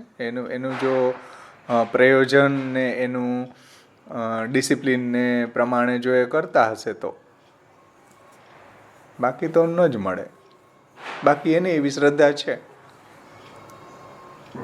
જેમ કોઈ અત્યારે માનો કે કોઈ યુટ્યુબની અંદર જોઈને યજ્ઞ કરી લે તો યજ્ઞ તો દેખાય આપણને કે ઓહો આને યજ્ઞ કરી લીધો, પણ એ શાસ્ત્રોક્ત યજ્ઞ જ નથી. એનું શું ફળ મળે? એનું કાંઈ ફળ ન મળે. કેમ કે યજ્ઞની અંદર જે એના ઋત્વિજ છે, જે એના પુરોહિત છે, એ એને શાસ્ત્રોક્ત યજ્ઞ કરાવે, જે રીતના ડિસિપ્લિન છે એ પ્રમાણે કરાવે તો ચાલો એ કંઈક થોડોક તો વેલિડ ગણાય. પણ તમે મનગણત રીતે કોઈ સ્ટવ સળગાવીને એમાં આહુતિ આપી દે તો કંઈ યજ્ઞ ન થઈ જાય. એટલે જે કંઈ બી કરી રહ્યા છે કોઈ એની શ્રદ્ધા છે, પણ શાસ્ત્રે જે ડિસિપ્લિન બતાવી છે એ પ્રમાણે એનું પ્રયોજન, એનું હેતુ, એના માટેની શુદ્ધિ, એનામાં એ મંત્રોનું જ્ઞાન વગેરે એ બધું જરૂરી છે.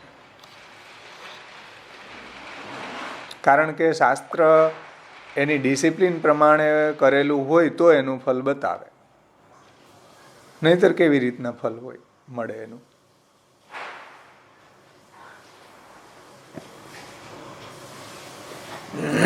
ચલો, બીજા કોઈને કઈ પ્રશ્ન છે આ બાબતમાં? ત્વષ્ટાના પ્રસંગમાં આવે છે ને જે યજ્ઞમાં મને શત્રુને મારે એવો પુત્ર પ્રગટ થાય એની જગ્યાએ સંસ્કૃતમાં ઊંધું બોલાયું મંત્ર, તો એનો એવું થઈ ગયું કે એને મારે એવો પુત્ર પ્રગટ થાય. ખાલી સંસ્કૃતમાં મંત્ર જે બોલવાના હતા એમાં થોડીક ભૂલ થઈ ગઈ, તો એક મંત્રના એક નાના મોટા શબ્દને કારણે જે થયું એનાથી વિરુદ્ધ થયું.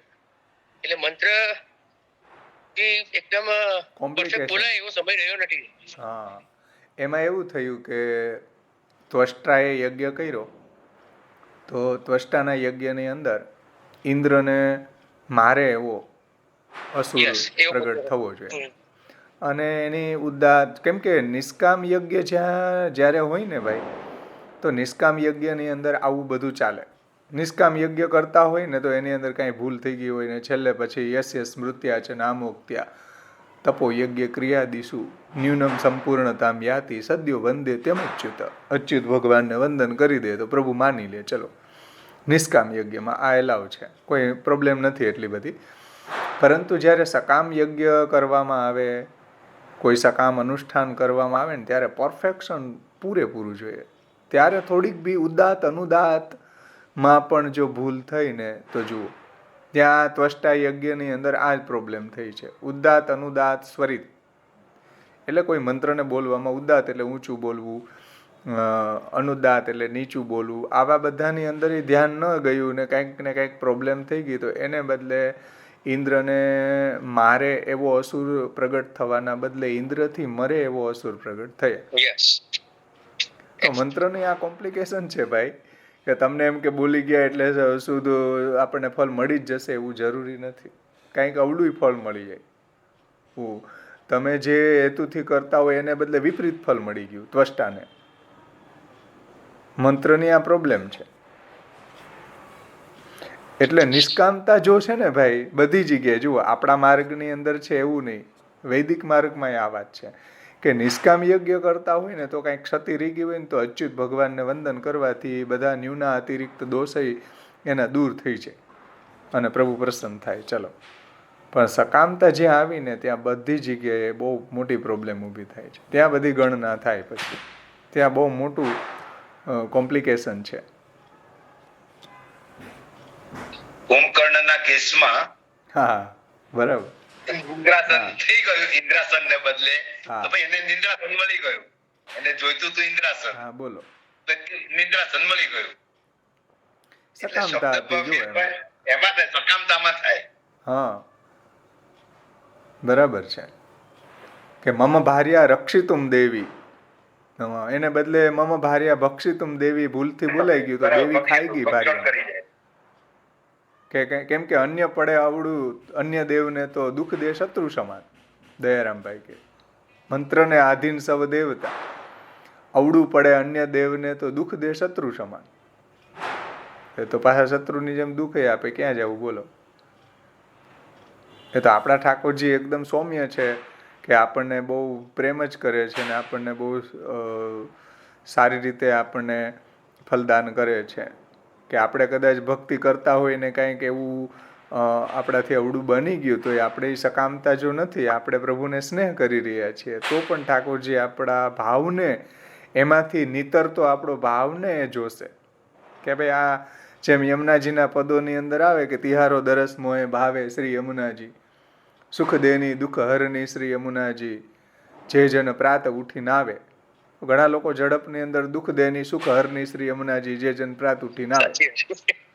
દુઃખ દેની સુખ હરની શ્રી યમુનાજી, અરે ભાઈ દુઃખ દેની નથી યાર, પણ બોલાઈ ગયું તો શું કરવું? તો યમુનાજી કૃપાળુ છે કે ભાઈ આનો ભાવ એવો નથી, ઝડપમાં બિચારાને નોકરી ઉપર જવું છે તો બોલી ગયો આવું કે દુઃખ દેની સુખ હરની શ્રી યમુનાજી. પણ યમુનાજી દુઃખ નહીં આપે, સુખ નહીં હરણ કરે. યમુનાજી આપણો ભાવ જ સમજ છે એમાંથી કે ભાઈ આનાથી બોલાઈ ગયું પણ આનો પ્રયોજન આવું નથી, ઝડપના કારણે આ પ્રોબ્લેમ થઈ છે.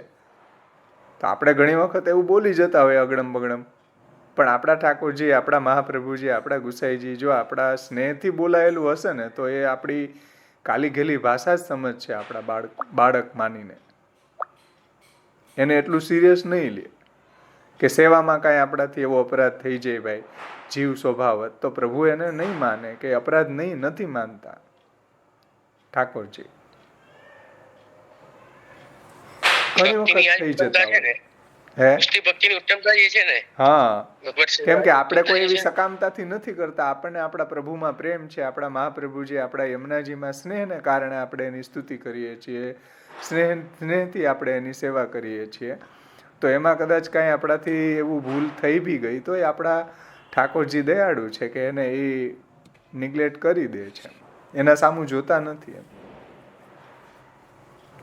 એટલે કીર્તનોમાં આવે કે જીતની રવિ છાયા કી કણિકા તિતને દોષ હમારે, તુમ્હારે ચરણ પ્રતાપ તેજ તેવું તતચ્છિન તારે, જે જોઈ જે જન શરણ આયે સોઈ તારે. કે ભાઈ જેટલી રવિ છાયાની કણિકા છે, જેટલા રવિના કિરણો છે એટલા અમારા દોષ છે. બોલો, કાય ચ દુષ્ટો ક્રિયા ચ દુષ્ટો મમ અપરાધો કતિધા વિચાર્યતે. ગુસાઈજી વિજ્ઞપ્તિમાં કે કાયા, હરિરાયજી સાહેબ કે કાયાથી દુષ્ટ, ક્રિયાથી દુષ્ટ, વચનથી દુષ્ટ, બધી રીતે દુષ્ટ છું. બોલો, પણ આપનો છું. દુષ્ટતમોપી દયા રહિતોપી વિધર્મ વિશેષ કૃતિ પ્રથિતોપી દુર્જન સંગ રતોપ્યવરોપી કૃષ્ણ તવાસ્મી ન ચાસ્મી પરશ. હું કૃષ્ણ તમારો છું, બીજા કોઈનો નથી. દુષ્ટ છું, દયા રહિત છું, અધર્મ વાળો છું, દુષ્ટતમોપી દયા રહિતોપી વિધર્મ વિશેષ કૃતિ પ્રથિતોપી, વિધર્મમાં આસક્ત છું, જેવો છો એવો પ્રભુ આપનો છું. તો આ બધા વચનોમાં આપણે આપણા હરિરાયજીએ કહ્યું જ છે કે ભાઈ આવા જ છીએ જીવ, પણ આપણા ઠાકોરજી કૃપાળુ છે, દયાળુ છે કે આવું કંઈ જોતા નથી આપણા દોષોને, બાકી તો અંત જ ન આવે.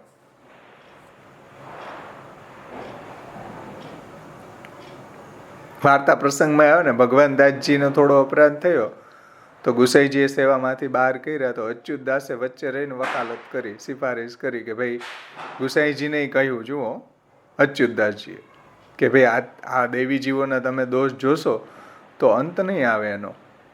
ભગવાન દાસને ફરીથી પાછા સેવામાં રાખી લીધા ગુસાઈજીએ. તો ટકોર કર્યો અચ્યુતદાસજીએ કે આ દેવી જીવો તો દોષથી ભરેલા છે, એના સામું જોશો ને તો કોઈ આરો જ નહીં આવે, એનો અંત જ નહીં આવે. ગુસાઈજી કે ચલો ચલો ભગવાન દાસ, ચાલો પાછા સાવધાન રહેજો સેવામાં. એટલે આપણા બધા આચાર્યો, આપણા ઠાકોરજી, આપણા શ્રી યમુનાજી વગેરે બધા દયાળુ જ છે કે આપણા એવા દોષોને સામું જોતા નથી. એનો મતલબ એવો નથી કે આપણે દોષો શો મોટો કરવા એમ. આપણે સાવધાની રાખવી જોઈએ, પણ સાવધાની રાખવા છતાં એવું કંઈ થઈ જાય તો મહાપ્રભુજીએ કહ્યું કે ભાઈ હરિશરણની ભાવના કરો. કૃષ્ણ એવો ગતિર્મમ અશક્ય એવા સુશક્ય એવા સર્વથા શરણમ હરિ. પ્રભુ આપણા રક્ષક છે, પ્રભુને આપણે શરણે છીએ, પ્રભુ આપણા યોગને ક્ષેમ વહાવે છે, પ્રભુ આપણું સર્વસ્વ છે.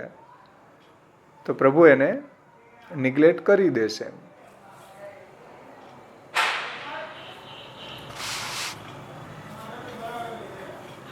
ચાલો આગળ વધીએ આપણે. કોઈને કઈ પ્રશ્ન હોય તો. જય શ્રી કૃષ્ણભાઈ. હા બોલો. આજના વિષયને અનુસરીને નથી, પણ શ્રી યમુનાજીના જે 41 પદ આપણે જે બોલીએ છીએ એમાં 33 થી જે 36 પદ છે એમાં કૃષ્ણદાસીની છે અને છેલ્લા પદમાં કૃષ્ણદાસ છે. તો આપણે કૃષ્ણદાસીની કોને સમજવું? હા, એ બધા પદો છે ને કૃષ્ણદાસજીના જ છે. અધિકારીના છે. લોકો, ઘણા લોકોની માન્યતા એવી કે કૃષ્ણ દાસી જે હતા એના નથી હો ભાઈ, કૃષ્ણદાસ અધિકારીના જ છે પદો, એવું મને સમજમાં આવે છે. પાંચ પદ એમના છે. હા હા, ઓકે, થેન્ક તો સુદર્શન કવચ મંત્રનો ઉપયોગ મંત્રની વાત ક્યાં? હા હા રાજેશ, હા હા બોલો. અને સુદર્શન કવચ મહાપ્રભુજીના નામે ચડાવીને સકામ ભક્તિ કરાવે એ કેટલું યોગ્ય? હા, જો એ તો વારંવાર ગિરીશભાઈ ઘણા બધા લેખ એને આર્ટિકલ મૂકે જ છે કે ભાઈ સુદર્શન કવચ છે એ પુષ્ટિ સાંપ્રદાયિક છે જ નહીં. પહેલાં તો પછી પાઠ કરવાની ક્યાં વાત આવી એમાં? એક તો સાંપ્રદાયિક ગ્રંથ જ નથી, અને એમાં જે વર્ણન આવે ને વાંચીએ ને તો આપણને એમ થાય કે આ કોઈ દી પુષ્ટિ માર્ગી હોય જ નહીં. મહાપ્રભુજી ટાળાઈ મારે જ્વાલાઈ કાપી નાખો, એના તલ જેવડા ટુકડા કરી નાખો. તલ જેવડા ટુકડા કરવા કેમ ભાઈ? એ અનુષ્ઠાન કોઈ દિવસ પુષ્ટિ માર્ગી ગ્રંથ નથી. ભ્રાંતિ છે. હા હા હા બોલો. હા જય શ્રી કૃષ્ણ. ચિહ્ન હોય જેમ કે વજ્ર છે, તો એમ કે આપણે સેવામાં કે ભક્તિમાં આડા આવતા પ્રતિબંધો દૂર થાય, તો આપણે ઈ ભાવનાથી અષ્ટાક્ષર મંત્ર બોલતા બોલતા એનું ધ્યાન ધરાય તો મનમાં ઈ ભાવના રખાય કે શું ભાવના રખાય? આપણે ત્યાં ચરણ ચિહ્નોની ભાવના મહાપ્રભુજીએ સુબોધનીજીમાં સમજાવી છે કે ભાઈ ધ્વજા છે, તમારું મ્યુટ કરો ને.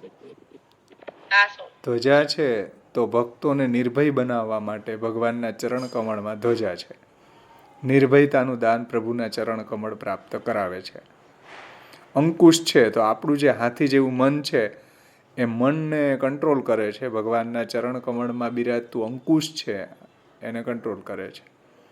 વજ્ર છે તો એ આપણા પહાડ જેટલા જે પાપો છે એને નાશ કરવા વાળું વજ્ર છે. તો એ બધી આપણે ત્યાંની વેલિડ ભાવનાઓ છે, એમાં કોઈ પ્રોબ્લેમ નથી. પણ એમાંય સકામતા ન આવવી જોઈએ. જે ભાવનાઓ જે રીતના આપણા શાસ્ત્રમાં બતાવી છે એ આપણા ભક્તિ વર્ધન માટે બતાવી છે કે ભાઈ નિર્ભયતાનું દાન કરી દે. તો નિર્ભયતાની વાત તો મહાપ્રભુજી કરે જ છે. ભક્તિનું દાન દ્વારા નિર્ભયતા જ પ્રદાન કરવા માગે છે. એટલે એ આપણે ત્યાં ભાવનાઓ છે. આપણા ઠાકોરજીના ચરણ કમળના જે ચિહ્નો છે એની અલગ અલગ ભાવનાઓ છે. જેમ કલશ છે તો એ રસથી ભરેલો છે તો એ ભક્તિનું દાન કરે છે ને. એવી રીતના અપેક્ષા ન હોવી જોઈએ. હા, અપેક્ષા ન હોવી જોઈએ. મારે જોઈએ છે એવું કોઈ ઈચ્છા ન હોવી જોઈએ, કે વિચાર પણ ન હોવો. હા, પણ આ બધું શું છે જુઓ, શાંતિ આપે છે, ભાઈ આપણે નિશ્ચિત થઈ જઈએ. હા, આપણને ભક્તિમાં સપોર્ટિંગ છે એટલા માટે. આપણા કોઈ ભૌતિક પ્રયોજન વસાતા કાંઈ ધ્યાન કરવાના નથી હો ભાઈ. જેમ આપણું મન છે, ચલો ભગવાનની સેવામાં તન્મય નથી થતું, પ્રભુની સેવામાં ચેતસ્તત પ્રવણમ નથી થતું, તો શું કરવું? તો આપણું મન છે આપણા ઠાકોરજીના ચરણ ચિહ્નનું અંકુશનું ધ્યાન કરવાથી પ્રભુમાં લાગે. જુઓ, પ્રયોજન ભક્તિમાં જ છે, પ્રયોજન એનું ઠાકોરજીની સેવામાં છે. પુરુષોત્તમજીએ સિદ્ધાંત રહસ્યની ટીકામાં એમ કહ્યું કે ભાઈ એવી સારી સારી સામગ્રી બનાવી હોય તો આપણું મન છે એની બુભુક્ષા થાય, એ સામગ્રીને ભોગવવાની શરૂઆતમાં થાય, પછી ન થાય પ્રભુ કૃપાથી, મહાપ્રભુજીની કૃપાથી. પરંતુ શરૂઆત હોય ને ત્યારે, શરૂઆતમાં ઠાકોરજી પધરાવીએ ત્યારે સારી સારી સામગ્રી બને તો સ્વાભાવિક છે ભાઈ, આપણું મનને ઉપર તો કોઈ કંટ્રોલ નથી, તો શું કરવું? તો આપણા મનને એવી બુભુક્ષા જાગી જાય, એને ભોગ કરવાની ઈચ્છા થઈ જાય. તો પુરુષોત્તમજીએ કહ્યું કે શું કરવું? એવી બુભુક્ષા થઈ ગઈ, એમાં સામગ્રીનો દોષ નથી. જેમ કોઈ સતી સ્ત્રી હોય, એની ઉપર કોઈ ખરાબ દૃષ્ટિથી જોતા હોય તો એમાં સતીનો થોડો દોષ છે ભાઈ. સતી તો પવિત્ર જ છે, શુદ્ધ છે, દોષ જોવાવાળાનો છે. એમ સામગ્રી શુદ્ધ છે પરંતુ દોષ આપણો છે. તો એ સામગ્રી શુદ્ધ છે એટલે પ્રભુ એને આરોગે છે, પરંતુ પુરુષોત્તમજીએ ત્યાં એ વાત સમજાવી કે ભાઈ પ્રભુના પાસે માફી માગવી કે આપની સામગ્રીમાં મારું મન ચલાયમાન થયું છે, ઠાકોરજીના ચરણ કમળમાં રહેલું જે અંકુશ છે એનું ધ્યાન ધરવું. કેમ કે ફરીથી આ મારું મન છે એ આપની સામગ્રીમાં લાલાયિત ન થાય એમ. તો આપણે ત્યાંની પુરુષોત્તમજીએ ભાવના બતાવી છે. તો આ ભક્તિ માર્ગમાં ઉપયોગી ભાવનાઓ છે, આપણી ભક્તિની સપોર્ટિંગ ભાવનાઓ છે. આ સકામ નથી, આ ભક્તિને વધારનારી છે કે આપણને આ ભાવનાઓ જે છે એનાથી આપણા પ્રભુ એવી કૃપા કરશે કે ફરી પાછું આપણું મન છે સામગ્રીમાં ન જાય એમ. તો સારી ભાવનાઓ છે ને એમ. અને હરિરાયજીએ તો 16 ચિહ્નો ઉપર એક આખો ગ્રંથ લખ્યો છે. 16 ચિહ્નોની ભાવનાઓ ઉપર હરિરાયજીનો એક વાંગ મુક્તાવલીમાં આખો ગ્રંથ છે. બહુ સુંદર ગ્રંથ છે, બધાએ વાંચવું જોઈએ. કેવી રીતના, કેવા ચરણ ચિહ્નની ભાવના કેવી કરવી એ હરિરાયજીએ સમજાવ્યું છે. અને મહાપ્રભુજીએ સુબોધનીજીમાં અલગ અલગ રીતે અમુક જગ્યાએ, ઘણી જગ્યાએ સમજાવ્યું છે. હરિરાયજી એનું સંકલન કરીને એક ગ્રંથ પ્રગટ કરી દીધો કે આપણા ઠાકોરજીના ચરણ કમળના જે ચિહ્નો છે એની આવી ભાવનાઓ કરવી જોઈએ. એમાં કોઈ દોષ નથી. પણ પ્રયોજન એમાં જુઓ તમે, બધી જગ્યાએ ભક્તિનું જ હશે. ભક્તિનું જ પ્રયોજન, બીજું અન્ય કોઈ પ્રયોજન નહીં. ભક્તિનું જ પ્રયોજન છે એમાં. બધા ચરણ ચિહ્નોની જે ભાવના છે એની અંદર ભક્તિનું જ પ્રયોજન છે, ભક્તિ વર્ધનનું જ પ્રયોજન છે. હરિરાયજીનો એ ગ્રંથ વાંચો, ચરણ ચિહ્ન ભાવના, એમાં એ જ બતાવ્યું છે. હા, હવે કોઈને કઈ પ્રશ્ન છે બીજો?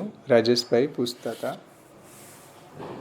હા, મારો પ્રશ્ન એમ હતો કે આજે મંત્રની આપણે વાત કરીને જે ગ્રંથોમાં, ટીકાઓમાં, તો વૈદિક મંત્રની જ વાત કરી છે ને મહાપ્રભુજી, કે આ બધા મંત્ર આવા થઈ ગયા છે. વૈદિક, તંત્રોક્ત, બધા વૈદિક મંત્ર, ગાયત્રી છે, તંત્રોક્ત જે આ ગોપાલ મંત્ર ઇત્યાદિ જેટલા બી મંત્રો છે વેદમાં, તંત્રમાં, એ બધાની વાત છે. ઓકે.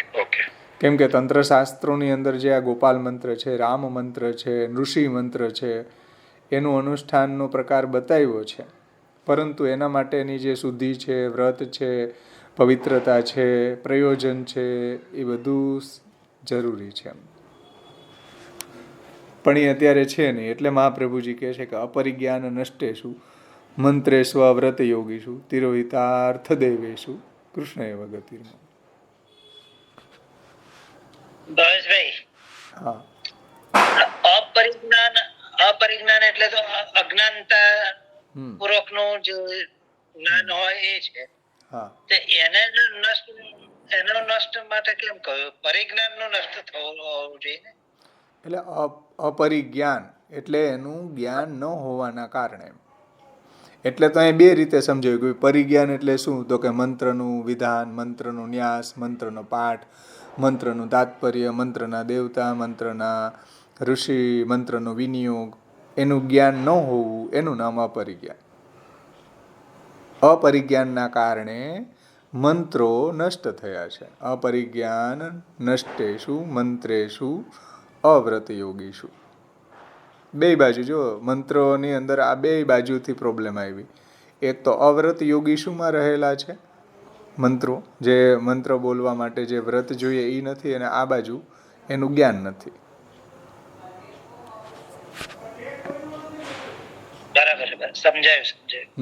ચલો બીજા કોઈને કઈ? ભાવેશભાઈ. હા ભરતભાઈ. ગોપાલ મંત્ર નો ઉલ્લેખ તો સાધન દીક્ષિપામાં પણ ગોપીનાથજી ઉલ્લેખ કરે છે. કર્યો જ છે, બરાબર. અને આપણે ત્યાં એવો દીક્ષાનો પ્રકાર પણ છે ગોપાલ મંત્રની. તો એનું પ્રયોજન આપણું નિષ્કામ હોવું જોઈએ. નિષ્કામ ભાવથી જ્યારે મંત્ર બોલવામાં આવે ત્યારે એનો અર્થ કૃષ્ણ જ થાય છે, ગોપાલ જ થાય છે. સકામ જ્યારે તમે એને બોલી રહ્યા છો ને ગોપાલ મંત્રને, તો એ પુષ્ટિ માર્ગમાં એલાવ નથી. તંત્રમાં કહ્યું છે વારાંગના વશીકરણ માટે આ મંત્રનો ઉપયોગ કરવો. વારાંગના વશીકરણ માટે મંત્ર પણ બતાવ્યા છે. તો એ મંત્ર જે છે ત્યાં બતાવ્યો છે એનો વિનિયોગ એવો. આપણા માર્ગની અંદર જ્યારે ગોપાલ મંત્ર બોલવામાં આવે ત્યારે નિષ્કામ ભાવથી ગોપાલ મંત્ર દ્વારા આપણા ઠાકોરજીની સ્તુતિ માટે બોલવામાં આવે છે ત્યારે એનો અર્થ પુરુષોત્તમ જ થાય છે. આ બધી વાત ગુસાઈજીએ ભક્તિ અંશમાં સમજાવી છે કે મંત્ર ઉપાસન વૈદિક તાંત્રિક દીક્ષા અર્ચના વિધિભી અસ્પૃષ્ટો રમતે નિજ ભક્તેષુ સમેસ્તુ સર્વસ્વ. આવી બધી મંત્ર ઉપાસન વૈદિક તાંત્રિક દીક્ષા અને અર્ચના આવા કોઈથી પુરુષોત્તમ સ્પૃષ્ટ નથી, પ્રાપ્તવ્ય નથી. તો ગોપાલ મંત્ર તો ગોપીનાથજીએ સાધન દીપિકામાં આપ્યો છે, એને કેમ સમજવું? તો એને એ રીતને સમજવું કે આપણે ત્યાં ગોપાલ મંત્રનો પાઠ પણ ભક્તિ અર્થ કરીએ છીએ. એટલા માટે આપણે એનું સકામ અનુષ્ઠાન નથી કરતા જે શાસ્ત્રમાં બતાવ્યું છે. મહાપ્રભુજીની આટલી બધી સ્ટ્રિક્ટ વોર્નિંગ હોવા પછી પણ બાળકો ભોજપત્ર બનાવી આપે છે. હા, અવારનવાર બોલતા હોય છે. હવે તો વૈષ્ણવ જ્યાં નિષ્કાંતનું પરિપાટી છે, મહાપ્રભુજીની સ્પષ્ટ આજ્ઞા છે, બાળકો જ બનાવી આપે ભોજપત્ર. હવે વાત જ ક્યારે છે ને. એ સિવાય એ તો વાત જવા દો. ચલો અષ્ટાક્ષરી તમે આપણે જ્યારે સકામ ભાવથી કરી રહ્યા છીએ તો એલાવ નથી. ગોપાલ મંત્રની વાત તો દૂર રહી. અષ્ટાક્ષર મંત્ર તમે આપણે જ્યારે કોઈ એવી સકામ ભાવનાથી કરીએ છીએ તો એ પુષ્ટિ માર્ગી નહીં રહે.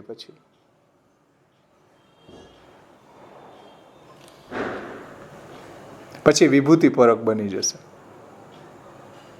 તમે માનો કે અર્થ કામનાથી અષ્ટાક્ષર મંત્ર બોલો શ્રી કૃષ્ણ શરણમમાં, પછી પુષ્ટિ માર્ગી નથી, પછી એનો અર્થ શ્રી કૃષ્ણ નથી થતો, પછી કોઈ વિભૂતિ થાય છે, શ્રી કૃષ્ણની આ પ્રગટ ન થાય પછી. કેમ કે તમે એ મંત્રનો દુરુપયોગ કરી રહ્યા છો. એ મંત્રને જે આપણા સંપ્રદાયના ક્રાઇટેરિયામાં રહીને બોલવો જોઈએ એ નથી બોલી રહ્યા. એટલે એનો અર્થ પછી કૃષ્ણ નથી, પછી એનો અર્થ સાઉન્ડ માત્ર છે. જેમ શ્રી કૃષ્ણ છે કૃષિર્ભૂ વાચક શબ્દ ણશ્ચ નિવૃત્તિ વાચક તયોરેક્યમ પરબ્રહ્મ કૃષ્ણ ઇત્યભિધીયતે.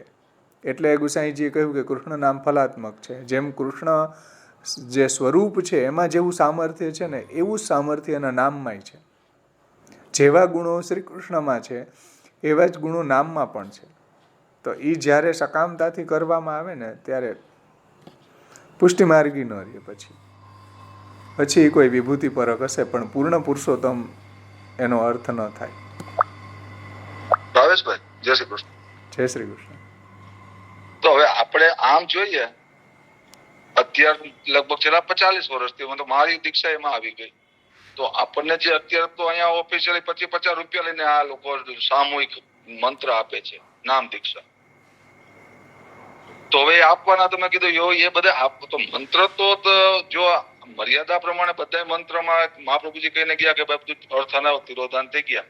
શ્રી કૃષ્ણનો મંત્ર આપણે મહાપ્રભુજી આપ્યો છે, પણ એ જેના થ્રુ જે આપી રહ્યા છે એ તો આપણને હવે કહેવા જેવું એમાં કઈ જીવ નથી, બે પાઠને બાદ કરતા. તો મેં લીધો કે બીજા કોઈ મંત્ર લીધો તો પછી તો એનું તો કોઈ તમે એનું કોઈ ફળ હવે આપણે કરીએ તો મહાપ્રભુજીની વાણી છે કે ચલો ભાઈ નિષ્કામ ભાવથી આપણે ભગવાનનું નામ લેવા માટે કરીએ તો વાત આખી જુદી છે. પણ નહીં તો એ મંત્ર બી તિરોધાન જ થઈ ગયો કહેવાય ને શ્રી કૃષ્ણમાં. અત્યારે તિરોધાન તો આપણે એમ ન કહી શકીએ, પરંતુ આપણા સંપ્રદાયનું જે ડિસિપ્લિન છે, જે એના રૂલ્સ ને રેગ્યુલેશન છે, એમાં રહીને જો આપણે કરી રહ્યા છીએ તો કૃષ્ણ આપણી ગતિ થાય છે કે એ જે શ્રી કૃષ્ણ શરણમમ છે એનો અર્થ કૃષ્ણ થાય છે. પણ આપણા સંપ્રદાયની અંદર કોઈ આવું કરતું હોય ભાઈ તો એ સિદ્ધાંતની પ્રોબ્લેમ નથી, વ્યક્તિની પ્રોબ્લેમ છે. સિદ્ધાંત તો આવો છે કે નિષ્કામ ભાવથી તસ્માત સર્વાત્મના નિત્યમ શ્રી કૃષ્ણ શરણમમ વદદ ભીરેવ સતતમ સ્થેયમિત્યેવ મે મત. મહાપ્રભુજીની આજ્ઞા છે, આપણે બોલવું જ જોઈએ.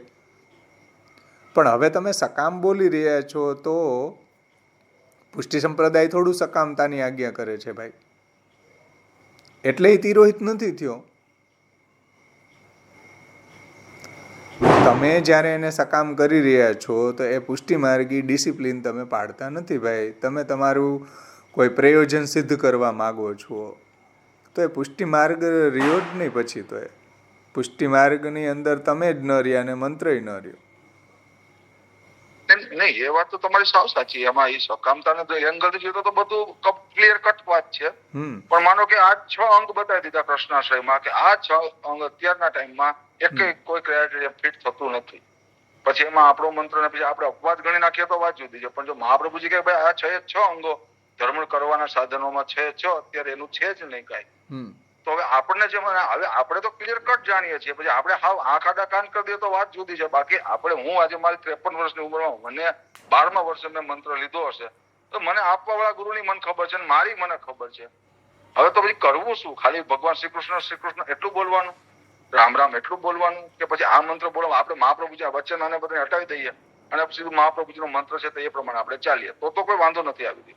હું એમ કહેવા માંગુ છું. હા, તો આપણી સંપ્રદાયની ડિસિપ્લિનને ફોલો કરવી જોઈએ આપણે. જે રીતના સ્વરૂપ તિરોહિત થાય છે પુષ્ટિ સ્વરૂપને હવે તિરોહિત જ્યારે ડોકરીના પ્રસંગમાં કે અન્ય વૈષ્ણવે અન્યાય કર્યો કોઈ તિરોહિત થઈ ગયા છે ને. એવી રીતે મંત્ર પણ મંત્રમાં તો એટલી શક્તિ છે, પણ એકોર્ડિંગ ટુ પ્રિન્સિપલ્સ જો ફોલો કરીએ તો જ, અધરવાઇઝ તો ફલિત ના થાય ને. સ્વરૂપ પણ તિરોહિત થતું હોય તો પછી મંત્ર તિરોહિતતા તો વિચારી શકાય ને. ગુસાઈજીએ સિદ્ધાંત મુક્તાવલીની ટીકામાં કહ્યું છે કે લોકાર્થી ચેત ભજેત કૃષ્ણમ ક્લિષ્ટો ભવતી સર્વથા. તમે જ્યારે લોકાર્થી બનીને કૃષ્ણની સેવા કરો પછી એનું કૃષ્ણ હોવું જરૂરી નથી ભાઈ. તમે લોકાર્થિતાથી સેવા કરો, લૌકિક વસ્તુ તમારા પ્રયોજનને સિદ્ધ કરવા માટે સેવા કરો, પછી તમે જેની સેવા કરો છો અને તમને એમ લાગે છે કે કૃષ્ણ છે પણ એનું કૃષ્ણ હોવું જરૂરી નથી. આ ગુસાઈજી કહે છે. પછી વિભૂતિ થઈ જશે અને વિભૂતિનું ભજન આપણે ત્યાં આપણા ભાવ પર આધારિત છે, આપણે કેવી રીતે કરીએ છીએ. હા, અને પછી પુરુષોત્તમને ત્યાં આવવાની શું કામ ભાઈ? વિભૂતિથી જો કામ પતી જતું હોય, તમારી કામના, તમારી લોકાર્થિતા જો વિભૂતિ પતાવી શકતા હોય તો કૃષ્ણને, પરબ્રહ્મને, પુરુષોત્તમને જે પરમ કાષ્ઠાપન્ન છે, સૈવ કદાચિત જગદ ઉદ્ધારાર્થમ અખંડ પૂર્ણ પ્રાદુર્ભૂતન કૃષ્ણ ઇતિ ઉચ્યતે, એને પ્રગટ થવાની શું જરૂર? પછી તો મારું કામ પટાવાડાથી ચાલી જતું હોય તો હું શું કામે જાઉં? એટલે લોકાર્થિતાથી કોઈ ભજતું હોય તો ગુસાઈજી સિદ્ધાંત મુક્તાવલીની ટીકામાં એમ કહે છે કે અલ્પ પણ જે બુદ્ધિ હશે ને એ આવું નહીં કરે. સમજો કે લોકાર્થિતાથી ભજન નહીં કરે. કેમ કે લોકાર્થિતાથી ભજન કરવામાં એનું પુરુષોત્તમત્વ પછી નહીં રહે. કેમ કે પુરુષોત્તમને ત્યાં આવવાની આવશ્યકતા જ નહીં રહે. પછી વિભૂતિથી કામ તમારું પતાવી શકે છે પુરુષોત્તમ. એટલું સામર્થ્ય એનામાં છે. એટલે પછી તમને એવું લાગે છે કે ઓહો આ તો હું પુરુષોત્તમની સેવા કરું, પણ એ પુરુષોત્તમ હોવું જરૂરી નથી. પછી સમજો આટલી પ્રોબ્લેમ છે લોકાર્થિતાથી કરવામાં પણ. અને જો તમે પુરુષોત્તમને જ કમાઈનું સાધન બનાવતા હોય તો એનું તો શું મહાપ્રભુજી આજ્ઞા ન કરે એના માટે. તો પુરુષોત્તમજી કહે છે કે તસ્મા સ્થાનશ્ચ નશ્યતિ, આરૂઢ પતિત થઈ જાય પછી તોય. ભક્તે ભાવે તું તિરસ્તો યથા દુષ્ટે સ્વકર્મ ભી અન્યથા ભાવમ આપન્ન તસ્મા સ્થાનશ્ચ નશ્યતિ, આરૂઢ પતિત થાય છે. એમ જ્યારે કોઈ અષ્ટાક્ષરને ધંધાનું સાધન બનાવે કે ચાલો આપણે જય શ્રી કૃષ્ણ બોલશું તો આપણી દુકાને લોકો માલ લેવા આવશે, તો તમે તો અષ્ટાક્ષરનો ઉપયોગ બિઝનેસમાં વાપરી રહ્યા છો. એટલે પ્રયોજન અલગ હોય છે, બધાની વાત નથી કરતો હું, પરંતુ આ અવેરનેસ જરૂરી છે કે આપણે કેવા ભાવનાથી અષ્ટાક્ષર બોલી રહ્યા છીએ, એ પ્રમાણે એને કેવો ઉદ્દેશ છે, કેવું પ્રયોજન છે, એ પ્રમાણે ફલ પ્રાપ્તિ થાય છે. હા ચલો, કોઈને કઈ પ્રશ્ન છે? ભાવેશભાઈ, હા, તો આ અષ્ટાક્ષર મંત્ર પણ ઉપાંશુ બોલવો જોઈએ કે મોટેથી બોલી શકાય? શું સંભળાણું નહીં થોડું? અષ્ટાક્ષર મંત્ર, હા, એ આપણે ઉપાંશુ એટલે બોલવાનો હોય કે મોટેથી બોલી શકાય? શું ઉપાંશુ એટલે કે અંદર જ બોલવાનું હોય મનમાં કે મોટેથી બોલી શકાય? મહાપ્રભુજી તો એમ કહે છે વદત ભીરેવ સતતમ, બોલવું જોઈએ. એમ આપણે સાંભળીએ એવું બોલવું જોઈએ, રટવું જોઈએ, અને જપય કરવું જોઈએ, સ્મરણય કરવું જોઈએ, બોલવું પણ જોઈએ, બંને કરવું જોઈએ. શ્રવણય કરવું જોઈએ, કીર્તનય કરવું જોઈએ, સ્મરણય કરવું જોઈએ.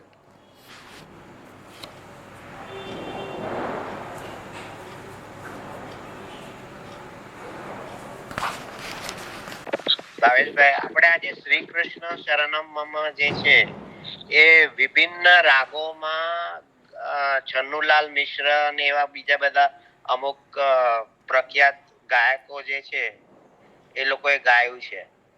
અને હવે જયારે એની સીડી કે કેસેટ કે સમજો જ્યાં બી મળતું હોય તો ધેટ મીન્સ કે એમને પૈસા માટે જે કર્યું હશે, પૈસા તો એમને મળ્યા જ હશે રોયલ્ટી કે કાંઈ બી, તો પછી એનું પછી શું થાય? એમાં એવું છે કે વ્યક્તિ ત્યાં હાજર નથી, એ એક ઇન્સ્ટ્રુમેન્ટ છે. એટલે આપણે સાંભળી શકાય ને, કારણ કે આપણે તો એક ઇન્સ્ટ્રુમેન્ટ છે, એ ઓટો સજેશન માટે તમને સ્મરણ થતું હોય તો સારી વાત છે, એનો ઉપયોગ કરવામાં શું વાંધો. પરંતુ એનો મતલબ એવો નથી કે પછી આપણે સાંભળ્યા કરીએ ને તસ્માત સર્વાત્મના નિત્યમ શ્રી કૃષ્ણ શરણમ વદત, હા બોલવું જરૂરી છે એટલું. એમ એટલે સારું, આપણને જો કોઈ પ્રેરણા મળતી હોય એના દ્વારા પણ આપણે ત્યાં પણ આવે ને કે ભાઈ ભૈયાજી ગોકુલ કબ ચલેંગે. હવે માણસ રાખ્યો તો એ કઈ થોડો વૈષ્ણવ હતો, સમજો. નારાયણદાસજીએ માણસ રાખ્યો, એ વૈષ્ણવ નહોતો, પણ એને સજેશન કરતો હતો કે ભૈયાજી ગોકુલ કબ ચલેંગે. ફરી પાછા એકાઉન્ટ કરતા નિલેશભાઈ તમે એકાઉન્ટ કરો છો એટલે એકાઉન્ટ લખતા પાછા હૃદય આર્દ્ર થઈ જતું, ભગવદ લીલામાં મગ્ન થઈ જતા. ભૈયા હમ ચલેંગે આચાર્યજી મહાપ્રભુજી કે દર્શન કરને અભી ચલેંગે. જો ફરી પાછા આ એકદમ આર્દ્ર બની જતા. હા, તો એક ઓટો સજેશન છે ને એમ. હા સમજી ગયો. એ સારી વાત છે. ત્યાં કોઈ વ્યક્તિ હાજર નથી, ઇન્સ્ટ્રુમેન્ટ છે એવા, તો ઇન્સ્ટ્રુમેન્ટ તો આપણે વગાડી શકીએ ને, પણ વાગતું જ રહીએ ને આપણે કોઈ દી બોલીએ જ નહીં, એવું ન થવું જોઈએ. પણ ઘણી વખત ભાવેશભાઈ એવું હોય છે કે જે મંત્ર બોલનાર હોય ને, કદાચ તમે જોયું હશે, તમને ખબર હશે કે મેજોરિટી અષ્ટાક્ષર મંત્ર જ રોંગ બોલે છે, વિસર્ગ લગાવે છે, મમ બોલે છે. એટલે એ ઉચ્ચારણ પણ અશુદ્ધ જ છે ને જોવા જાય તો. હા સાચી વાત છે, પણ જો એ સકામ કરતા હોય ને તો એ બધું જોવાય. પણ જ્યારે આપણે આપણા ઠાકોરજીની સ્તુતિ માટે કરતા હોય ત્યારે ઠાકોરજી એ રીતના કોઈ આવી ભૂલો નથી કાઢતા એમ. એનો મતલબ એવો નથી કે આપણે ઉચ્ચાર સુધી ન રાખીએ. 100% કે આપણે તો જયારે બોલીએ એટલે જ આપણે સ્વમુખેથી ઉચ્ચારણ કરવું જોઈએ. આપણે સાંભળે તો પ્રોબ્લેમ થાય ને, સ્વમુખે જે બોલશું તો આપણો ભાવ હશે ને પ્રમાણે સાંભળશું તો. કારણ કે મેં તો ઘણા જોયા છે આ બધા કેસેટો બહાર પડતી હોય છે નાનપણથી, તો મેજોરિટી અષ્ટાક્ષર મંત્ર લગભગ રોંગ જ હોય છે, કારણ કે વિસર્ગ જ હોય છે મમની પાછળ. મમમાં વિસર્ગ નથી, કૃષ્ણમાં વિસર્ગ છે. શ્રી કૃષ્ણ શરણમ. એ લોકો લગાવે છે વિસર્ગ મમમાં, હોવું જોઈએ કૃષ્ણમાં, એમ કહેવાનો મારો તાત્પર્ય. સાચી વાત છે. ના, વિઠ્ઠલદાસ બાપોદરા કે ચન્નુલાલ મિશ્રા છે ને, એમનું બરાબર વ્યવસ્થિત છે એકદમ. એટલે ઘણા લોકો આપણા વૈષ્ણવો પણ લખતા હોય ને મોબાઈલની અંદર એના સ્ટેટસમાં, કે તો ન્યાય એવું જોવા મળે કે શ્રી કૃષ્ણ ન્યા વિસર્ગ ન હોય, શ્રી કૃષ્ણ શરણમ મમઃ. તો એવી રીતના લખેલું હોય છે. એ જ્ઞાન ન હોવાના કારણે એવું લખતા હોય છે. પરંતુ શુદ્ધ મંત્ર જે છે આપણે ત્યાં શ્રી કૃષ્ણ શરણમ મમ. શરણમ ગ્રહ રક્ષિત્ર. શરણનો અર્થ થાય રક્ષક. શ્રી કૃષ્ણ મારા રક્ષક છે, અથવા શ્રી કૃષ્ણ રૂપી જે ગૃહ છે, અક્ષર છે, એમાં હું રહી રહ્યો છું. શરણના અર્થ બે થાય, ગ્રહ અને રક્ષક. સમજાણું ને? તો આપણે અર્થના અનુસંધાન સાથે પણ બોલવું જોઈએ. એવું મહાપ્રભુજી ગુસાઈજી કહે છે કે શ્રી કૃષ્ણ જ મારા રક્ષક છે, એના અર્થના અનુસંધાન સાથે બોલીએ આપણે. શરૂઆતમાં આપણને એવું કદાચ ન બી આવતું હોય અર્થાનુસંધાન, તો પણ ગુસાઈજીએ નવરત્નની ટીકામાં કહ્યું છે કે એવું જ્ઞાન ન હોય તો પણ બોલતા રહેવું. શ્રી કૃષ્ણ શરણમમાં બોલવાથી ધીરે ધીરે આપણો આશ્રય દ્રઢ થશે. એ આપણા બોલવાના કારણે આપણા હૃદયમાં આવશે, હૃદયમાંથી આપણી કાયિક વ્યાપારમાં આવશે. આપણો આશ્રય છે એ સ્ટ્રોંગ બનશે. એટલા માટે ભલે એવું જ્ઞાન ન હોય તો બી બોલતા રહેવું. શ્રી કૃષ્ણ શરણમમાં વદત ભીરેવ સતતમ સ્થેય મિત્યેવ મે મતિ. એવી મહાપ્રભુજી એમ કહે છે કે મારી સમજ છે. આવું બોલવાથી પણ આપણો આશ્રય પ્રભુમાં સુદૃઢ થઈ જશે. વિવેક ધૈર્યાશ્રયમાં મહાપ્રભુજી આ વાત સમજાવી છે કે વાચા ચ પરિકીર્તે, વાણીથી એનું પરિકીર્તન કરવું. એક ઓટો સજેશન છે કે વાણીથી કમસે કમ બોલતા રહેશું ને, એવં ચિત્તે સદા ભાવ્યમ વાચા ચ પરિકીર્તે. આ રીતના હૃદયમાં ભાવના કરવી અને વાણીથી એનું પરિકીર્તન કરવું. જો વાણીથી પરિકીર્તન અને હૃદયમાં ભાવના થશે તો કાયિક વ્યાપારમાં એ ખીલી જશે. એમ હવેશભાઈ, આપણે અષ્ટાક્ષર મંત્ર છે, આપણે અપવિત્ર અવસ્થામાં હોય ત્યારે ઉચ્ચારપૂર્વક બોલી શકાય કે મનમાં? બે રીતે બોલી શકાય. એવો કઈ દોષ નથી, આપણે ત્યાં કોઈ અપરાધ નથી કોઈ. આપણે તો બધી અપવિત્ર અવસ્થામાં એને બોલી શકીએ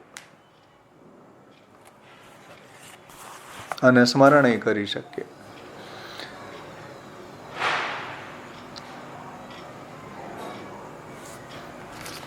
આ ગાયત્રી મંત્ર છે, અત્યારે તમને આપને તો ખબર હશે, શાંતિ કુંજ બધી ઠેર ઠેરે લોકોનું યજ્ઞ અને હોય છે.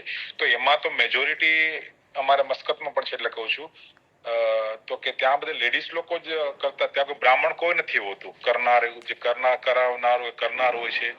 તો એ કેવી રીતના? કારણ કે મેં કોઈ ક્વેશ્ચન પૂછેલો, મેં તો આ તો બધું એકચ્યુઅલી શાસ્ત્ર વિરુદ્ધ થાય છે.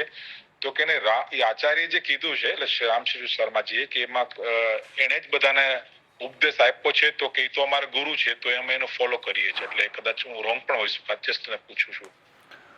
કોઈ બોલવાથી શાસ્ત્રોક્ત ન બની જાય.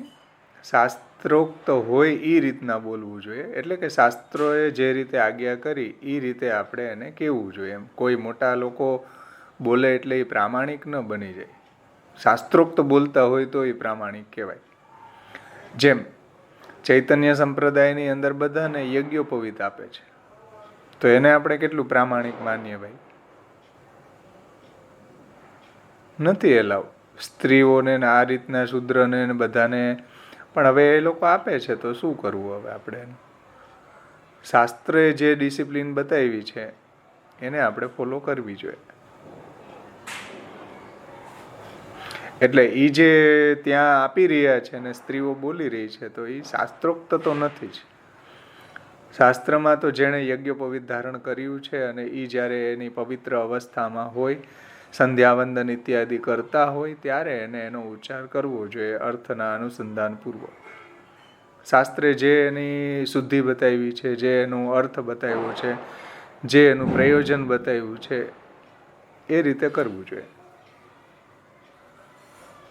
બરાબર છે. અને ગાયત્રી મંત્ર છે એનો અર્થ જ્યારે કોઈ શિવનો ભક્ત બોલી રહ્યા છે તો એનો અર્થ શિવ થાય છે. કૃષ્ણ ભક્ત જ્યારે એનો અધિકારી હોય એનો પાઠ કરી રહ્યો છે તો એનો અર્થ કૃષ્ણ થાય છે.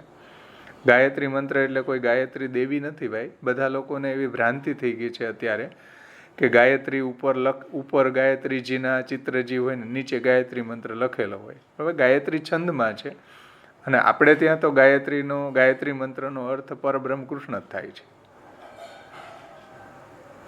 અને જે દેવી દેવતાના ભક્ત તમે જે મને કીધું ને એ જ મેં સાંભળેલું. તમે કીધું કે ગાયત્રી એક સાઉથના જ છે કોઈક મોટા, એને જ કીધું કે ગાયત્રી દેવી નથી. આપણે જે લોકો દેવીનું સ્વરૂપ બનાવી બેઠા છે ને દેવી નથી, છંદ છે. ખબર નહીં લોકોને કેમ આટલું બધી મોટી ભ્રાંતિ લોકો ભ્રાંતિમાં છે કે આપણને સમજ જ ન આવે. બાકી હેલો, હા, આપણે ત્યાં તો ભાગવત વાણીમાં આવે છે કે ત્યાં ઉપર તો આ બધા મંત્રો છે એના અધિદૈવિક સ્વરૂપે હોય છે, મૂર્તિ મંત્ર સ્વરૂપે દરેક મંત્ર. બરાબર. તો પછી આ ગાયત્રી મંત્ર માનો કે છે જેને કલ્પના કરી હોય એના ગાયત્રી દેવીની, એવું ન બને કે ભાઈ એવી કોઈ એમ કે ભાઈ ગાયત્રીનું જે મૂર્તિમાન સ્વરૂપ હોય તો એનું કદાચ માતાજી બી છે જે ફોટો લોકો રાખે છે ને કરે છે લોકો ગાયત્રી પરિવાર વાળા. બધી એનો ગાયત્રીના કોઈ ભક્ત હોય તો એના માટે ગાયત્રી મંત્રનો અર્થ ગાયત્રી હોઈ શકે ભાઈ. પણ જે શિવજીનો ભક્ત છે તો એના માટે ગાયત્રી મંત્રનો અર્થ શિવજી જ થાય છે. તત્સવિતુર વરેણ્ય જે વાત કરી છે એમાં એનો અર્થ શિવજીનો ભક્ત જ્યારે ગાયત્રી મંત્ર બોલે ત્યારે એનો અર્થ શિવજી થાય. કોઈ માતાજીનો ભક્ત બોલે ત્યારે એનો અર્થ માતાજી થાય. કૃષ્ણનો ભક્ત જ્યારે એનો અર્થ એને બોલે ત્યારે એનો અર્થ કૃષ્ણ થાય છે. એટલે બરાબર છે. પણ મંત્ર માનો કે મૂર્તિમાન હોય બધા મંત્રો છે તો હવે આ બધી વેદની ઋચાઓ કેવલ ગાયત્રી મંત્ર શું, બધી વેદની ઋચાઓ ના આધિદૈવિક સ્વરૂપ છે. હા, એટલે હું એ જ અર્થમાં કહું તો આ ગાયત્રી દેવી એટલે ગાયત્રી છે એટલે લેડીઝ કરી દીધું. નહીં, આપણે ત્યાં એનો પ્રસંગ છે કે ભાઈ બધા જે વેદની ઋચાઓ છે એ પ્રભુની સ્તુતિ કરતા હતા, પ્રભુના ગુણગાન કરતા હતા. પછી એ બધી વેદની ઋચાઓના હૃદયમાં એવો મનોરથ થયો કે પ્રભુ અમે આપના આવા ગુણગાન આપના અમે ગાઈએ છીએ તો આપના સ્વરૂપના અને આપના આ લીલા સ્થળના અને આ ભક્તોના અમને દર્શન કરાવો કૃપા કરીને. અમે જે આપનું ગુણગાન કરીએ એમાં આપનું જે સ્વરૂપનું કે આપના લીલા ધામનું કે જે આપના ભક્તોનું જે સ્વરૂપ વર્ણન છે અમે બોલીએ છીએ, સ્તુતિ કરીએ છીએ, ગુણગાન કરીએ છીએ, તો અમને કૃપા કરીને દર્શન તો કરાવો.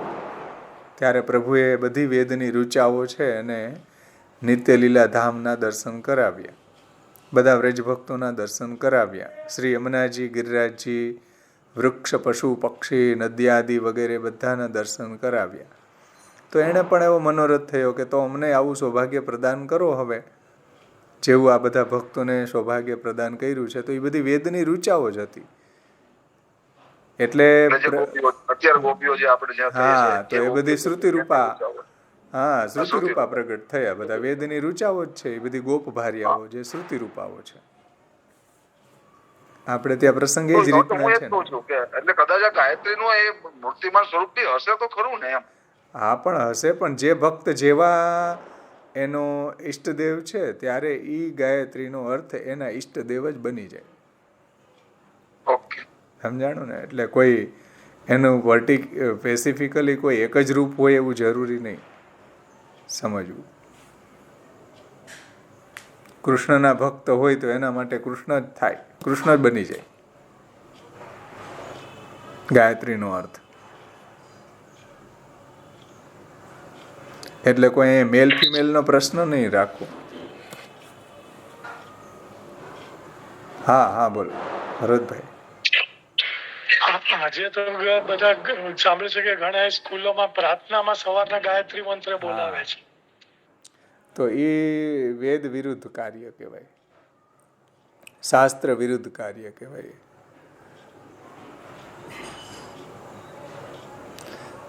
વેદમાં એ રીતના બોલવાનું એલાવ નથી.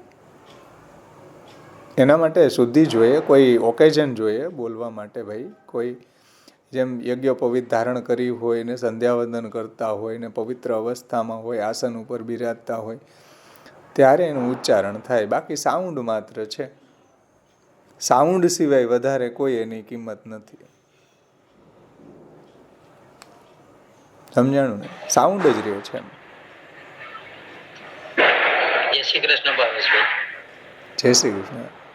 હા, હવે આપણે કોઈ કુટુંબ સંબંધી વૈષ્ણવ હોય, કુટુંબીજન જ છે, હવે એમને કોઈ બ્રાહ્મણે કીધું ને 24 કલાક ઘરમાં કીધું કે તમે રસોડામાં ગાયત્રી મંત્ર નો જાપ પેલું મશીન લાઈન મૂકી દો અને જોડે જોડે બોલ્યા કરો, પણ બોલતું કોઈ નથી, પણ એ ધ્વનિ એકલો ઉચ્ચાર થયા કરે, તેનો મતલબ શું રહે? સાઉન્ડ માત્ર રે, એનો મતલબ બીજો કઈ નથી. એમ જેમ કોઈ પિક્ચરનું ગીત વાગતું હોય એમાં મંત્ર વાગે છે, બધા ઢો ઢો ઢો એવા બધા એના જે મ્યુઝિક સાથે વાગતા હોય, હવે તો એનો કંઈ મિનિંગ નથી ભાઈ. એક જાતનું સાઉન્ડ છે, એક જાતનું જેમ આ લોકો ગીત વગાડે છે ને બધા પોપ મ્યુઝિક, એવા સાઉન્ડ એમાં ફિટ કરેલા હોય, પોપ મ્યુઝિક જેવું લાગે છે. એના કોઈ નથી દેવતા નથી કોઈ. એના સાંભળતી વખતે પણ શુદ્ધિ જોઈએ, સાંભળી ન શકાય. સ્ત્રી શૂદ્રના તો કાનમાં ન પડવો જોઈએ. વૈદિક મંત્ર શાસ્ત્ર ના પાડે, કાનમાં પણ ન પડવો જોઈએ. બોલો. અને જો કોઈ બોલે કે સાંભળે તો એને બહુ મોટું ત્યાં સજાએ બતાવી છે, પનિશમેન્ટ બતાવ્યો છે.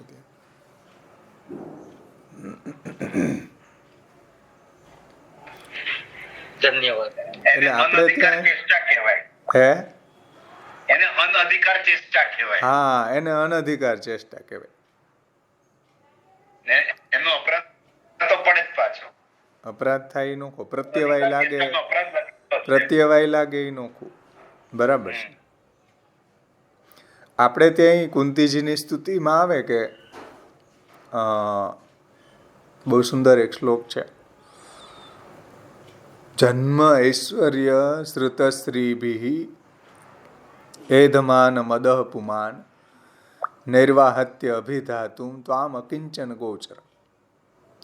કે જે લોકો જન્મનો મદ છે, અમે બ્રાહ્મણ કુળમાં જન્મા, અમે મોટા કુળમાં જન્મા, અહંકારી, જન્મનો મદ, જન્મનો અહંકાર, જન્મ ઐશ્વર્યનો મદ છે કે અમે અમારા શિષ્યો ઉપર અમારો ઓર્ડર ચાલે, અમારું ઐશ્વર્ય, અમારું વર્ચસ્વ છે, બધા સૃષ્ટિ અમારી ઉપર, બધી અમારી સૃષ્ટિ ઉપર અમારું વર્ચસ્વ ચાલે, અમે કહીએ એમ જ થાય. તો જન્મ ઐશ્વર્ય શ્રુત, શ્રુત એટલે અમે બહુ શાસ્ત્ર સાંભળેલું છે, સાંભળવાનો મદ. જન્મ ઐશ્વર્ય શ્રુત. શ્રી એટલે લક્ષ્મીનો મદ, ખરાબમાં ખરાબ લક્ષ્મીનો વધ છે બધાય કરતા. એવું મહાપ્રભુજીએ નલકુબેરના મણિગ્રીવની સ્તુતિમાં એના સંદર્ભમાં ત્યાંની આગળના શ્લોકમાં નલકુબેરના મણિગ્રીવની સ્તુતિ શરૂ થાય ને એની પહેલાં જે નારદજીએ શ્રાપ આપ્યો ને, એને ધનમદના કારણે શ્રાપ મળ્યો. અને ધનમદ છે બધાય કરતાં ખરાબ છે. તો આવો શ્રીનોય કોઈને મદ હોય તો આવા લોકો જ્યારે અષ્ટાક્ષર બોલે કે ભગવાનના ગુણો બોલે, મહાપ્રભુજી સુબોધનીજીમાં પ્રથમ સ્કંદના 8મા અધ્યાયમાં શાયદ કુંતીજીની સ્તુતિ છે, તો ત્યાં મહાપ્રભુજી સુબોધનીજીમાં આજ્ઞા કરે છે આ શ્લોકના સુબોધનીજીમાં કે જન્મ ઐશ્વર્ય શ્રુત શ્રીભિ એધમાન મદઃ પુમાન નૈર્વાહત્ય અભિધાતુમ ત્વામ અકિંચન ગોચર. આવા જે મદવાળા લોકો જ્યારે ભગવાનના ગુણો બોલે છે કે અષ્ટાક્ષર બોલે છે ત્યારે એનો અર્થ સાઉન્ડ માત્ર છે. એટલે આવા અહંકારી લોકોના મુખથી ભગવાનનું નામ સાંભળવું નહીં, આવું મહાપ્રભુજી ત્યાં આજ્ઞા સ્પષ્ટ કરે છે. કેમ કે આવા લોકોના મુખમાંથી જ્યારે ભગવાનનું નામ નીકળે છે ને ત્યારે ભગવાન જ એમાંથી તિરોહિત થઈ જાય છે. સમજો, કૃષ્ણની જ વાત છે, ત્યાં કૃષ્ણનો જ અષ્ટાક્ષરની વાત છે, પણ આવા અહંકારીના મોઢામાંથી નીકળે ને ત્યારે એના કૃષ્ણ એમાંથી તિરોહિત થઈ જાય. એ કેવલ સાઉન્ડ માત્ર છે. આ વાત મહાપ્રભુજીએ એ કુંતીજીને સ્તુતિના સુબોધનીજીમાં કહી, આ શ્લોકના સુબોધનીજીમાં. અને નૈર્વાહત્ય અભિધાતું, આવા અહંકારી લોકોને કૃષ્ણ પ્રાપ્ત જ ન થાય. તો આમ અકિંચન ગોચર, કૃષ્ણ એવા છે કે અકિંચન ગોચર છે. અકિંચન એટલે શું? અકિંચન એટલે પૈસા વગરનો એમ નહીં, આવા અહંકારો જેનામાં નથી એવો જે અકિંચન છે એને ગોચર થાય છે. તો આમ અકિંચન ગોચર, કુંતીજી કહે આવા અકિંચન ભક્તો જે છે, જેને આવા અહંકાર નથી, એવા ભક્તોને કૃષ્ણ મળે છે. બાકી તો નૈર્વાહત્ય અભિધાતુમ અને એધમાન મદહપુમાન, આવા મદ જેના વધી રહ્યા છે એવા લોકોથી તો કૃષ્ણ ઘણા બધા માઇલ દૂર છે ભાઈ. અને એ બોલી રહ્યા છે ને કૃષ્ણનું નામ, તો એનો અર્થ કૃષ્ણ નથી થતો કે જે કૃષિર્ભૂવાચક શબ્દ હણશ્ચ નિવૃત્તિ વાચક તયોરેક્યમ પરબ્રહ્મ કૃષ્ણ ઇત્યભિધીયતે ગોપાલ તાપોપનિષદ માં એમ કહ્યું છે સદાનંદ. એનો અર્થ સદાનંદ ન થાય, પછી સાઉન્ડ માત્ર રે. સમજમાં આવી?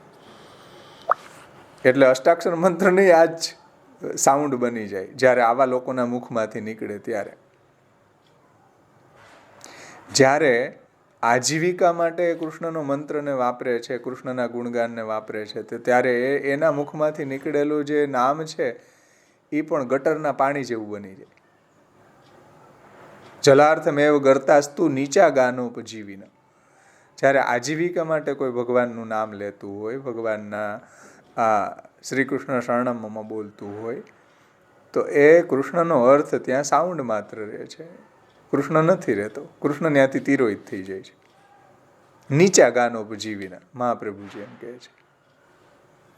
સમજમાં આવ્યું ને? એટલે કોઈ ડિસિપ્લિન હોય ભાઈ, કોઈ મંત્રનું પ્રયોજનની તો ખબર હોવી જોઈએ કે નહીં આપણે બોલી રહ્યા છીએ એનું, નહીતર દેવતા તિરોહિત થઈ જાય. તો આ બધા પાસાઓનો વિચાર મહાપ્રભુજીએ પણ કરેલો છે, આપણા સંપ્રદાયમાં થયો છે. પ્રયોજન છે જો સર્વોત્તમ સ્તોત્રમાં બતાવ્યું કે નહીં, ઋષિ બતાવ્યા. ઋષિ અગ્નિ કુમારસ્તુ નામ નામ છંદો જગત્યશો કૃષ્ણાસ્યમ દેવતા ચ બીજમ કારુણિક પ્રભુ વિનિયોગો ભક્તિયોગો પ્રતિબંધ વિનાશ. તો જો ઋષિ બતાવ્યા, દેવતા બતાવ્યા, છંદ બતાવ્યો, પ્રયોજન બતાવ્યું. એ કોઈ પણ મંત્રની એ પ્રામાણિકતા હોવી જોઈએ ને. અને પ્રયોજન જે ત્યાં બતાવ્યું એ જ પ્રયોજનથી થવું જોઈએ. તમે એના સિવાય ઇતર પ્રયોજનથી જ્યારે એનો પાઠ કરો ત્યારે દેવતા તિરોહિત થઈ જાય. પછી સર્વોત્તમ સ્તોત્રના દેવતા તિરોહિત થઈ જાય મહાપ્રભુજી. પછી સાઉન્ડ માત્ર રહે. તો આ બધા પાસાઓનો વિચાર કરવો જોઈએ, ખૂબ જરૂરી છે. સેવામાં પણ એવું જ છે, સેવાનું પ્રયોજન જ ખબર ન હોય, તમે એમ કહો કે સેવા કરો, પણ પ્રયોજન તમારું દૂષિત હોય તો એવી સેવાનો અર્થ શું? ત્યાં પછી કૃષ્ણ જ નહીં રહે. તમારા દૂષિત પ્રયોજનના કારણે પછી એનું પુરુષોત્તમ હોવું ત્યાં જરૂરી નથી, પછી વિભૂતિ છે. અને વિભૂતિ, જ્યારે વિભૂતિ હોવા માટેની જે તંત્રશાસ્ત્રમાં ડિસિપ્લિન છે એ ડિસિપ્લિન ન હોય તો એ પછી સ્ટેચ્યુ જ રહે, મૂર્તિ જ રહે, વિભૂતિ ન રહે. વિભૂતિ માટે કન્ડિશન તંત્રમાં બતાવી છે. હા, પછી એક આદિ ભૌતિક સ્વરૂપ રહે મૂર્તિના રૂપમાં. એટલે ખબર નહીં, કોઈને એમ જ લાગે છે કે બસ અમે સેવા કરીએ છીએ કૃષ્ણની. એવું નથી ભાઈ, શાસ્ત્ર સમજો પહેલા. શાસ્ત્રમ અવગત્યમ મનોવાક દેહે કૃષ્ણ સેવ્ય. મહાપ્રભુજીના ગ્રંથ સમજીને કયા પ્રયોજનથી સેવા કરવી જોઈએ, કેવી રીતના કરવી જોઈએ, સેવા માટેનું દ્રવ્ય કેવું હોવું જોઈએ, સેવા સ્થાન કયું હોવું જોઈએ, આ બધું જરૂરી છે. નહીતર તિરોહિત થઈ જશે કૃષ્ણ એમાંથી. તમને પછી એવી ભ્રાંતિ છે કે ઓહ અમે કૃષ્ણની પરબ્રહ્મની સેવા કરી, પણ ત્યાં પરબ્રહ્મ હોવું જરૂરી નથી. પછી તમારી કેવલ ભ્રાંતિ રહેશે. એટલે ગુસાઈજીએ ભક્તિ હંસમાં સેવા કરતા પણ સેવાનું પ્રયોજન વધારે ઇમ્પોર્ટન્સ ગણ્યું છે. કેવા હેતુથી તમે મંત્રનો પાઠ કરો છો, કેવા હેતુથી સેવા કરો છો, એ બહુ ઇમ્પોર્ટન્સ છે. સમજાય ને? તમે સેવા કરતા હોય અર્થાર્થી બનીને તો એ કઈ પુષ્ટિમાર્ગી સેવા થોડી છે. અર્થાર્થી બનીને સેવા કરતા હોય તો કે લોકાર્થી બનીને સેવા કરતા હોય. આખો દિવસ કરીએ, અમે સવારથી સાંજ સુધી કરીએ, અષ્ટપ્રહર કરીએ, મુખ્ય ભીતરે અષ્ટપ્રહર કરે છે, તો શું એ પુષ્ટિ માર્ગી સેવા છે? પ્રયોજન મહત્વની વસ્તુ છે. ઉદ્દેશ આપણો ફલ આપે છે. કયા ઉદ્દેશથી તમે કરો છો? પુષ્ટિ માર્ગમાં છે એટલું જ નહીં, તમારા કોઈ મિત્ર હોય ને મળવા આવે ને, તમને ખબર પડી જાય ને કે આ અશુદ્ધ ઉદ્દેશથી આવ્યો, જુઓ તમારા રિલેશન હોય એની સાથે, કે આને જો કામ છે ને એટલે આવ્યો છે, તમે એનું પ્રયોજન સમજી જાઓ ને, વ્યવહાર બદલી જાય. તમારી કોઈ બેનપણી આવે ને, તમને એમ લાગે જો આને કામ છે ને, કામ કઢાવવા આવી, જો પ્રયોજન આનું દૂષિત છે, પછી એમાં પ્રેમ ન રહે, પછી ફોર્માલિટી કરીએ આપણે પણ. લોકમાં આવું જ જોવા મળે. પ્રયોજન મહત્વની વસ્તુ છે. ચાલો આપણો સમાપન કરીએ, ટાઈમ થઈ ગયો, થોડો વધી ગયો, આઈ એમ સોરી. આશ્રયનું પદ બોલી સમાપન કરીએ. આવતા વખતે આગળનો શ્લોકનું અધ્યયન કરશું. બધાએ ખૂબ પાર્ટિસિપેટ કર્યું, બધાને ખૂબ ખૂબ અભિનંદન, ધન્યવાદ.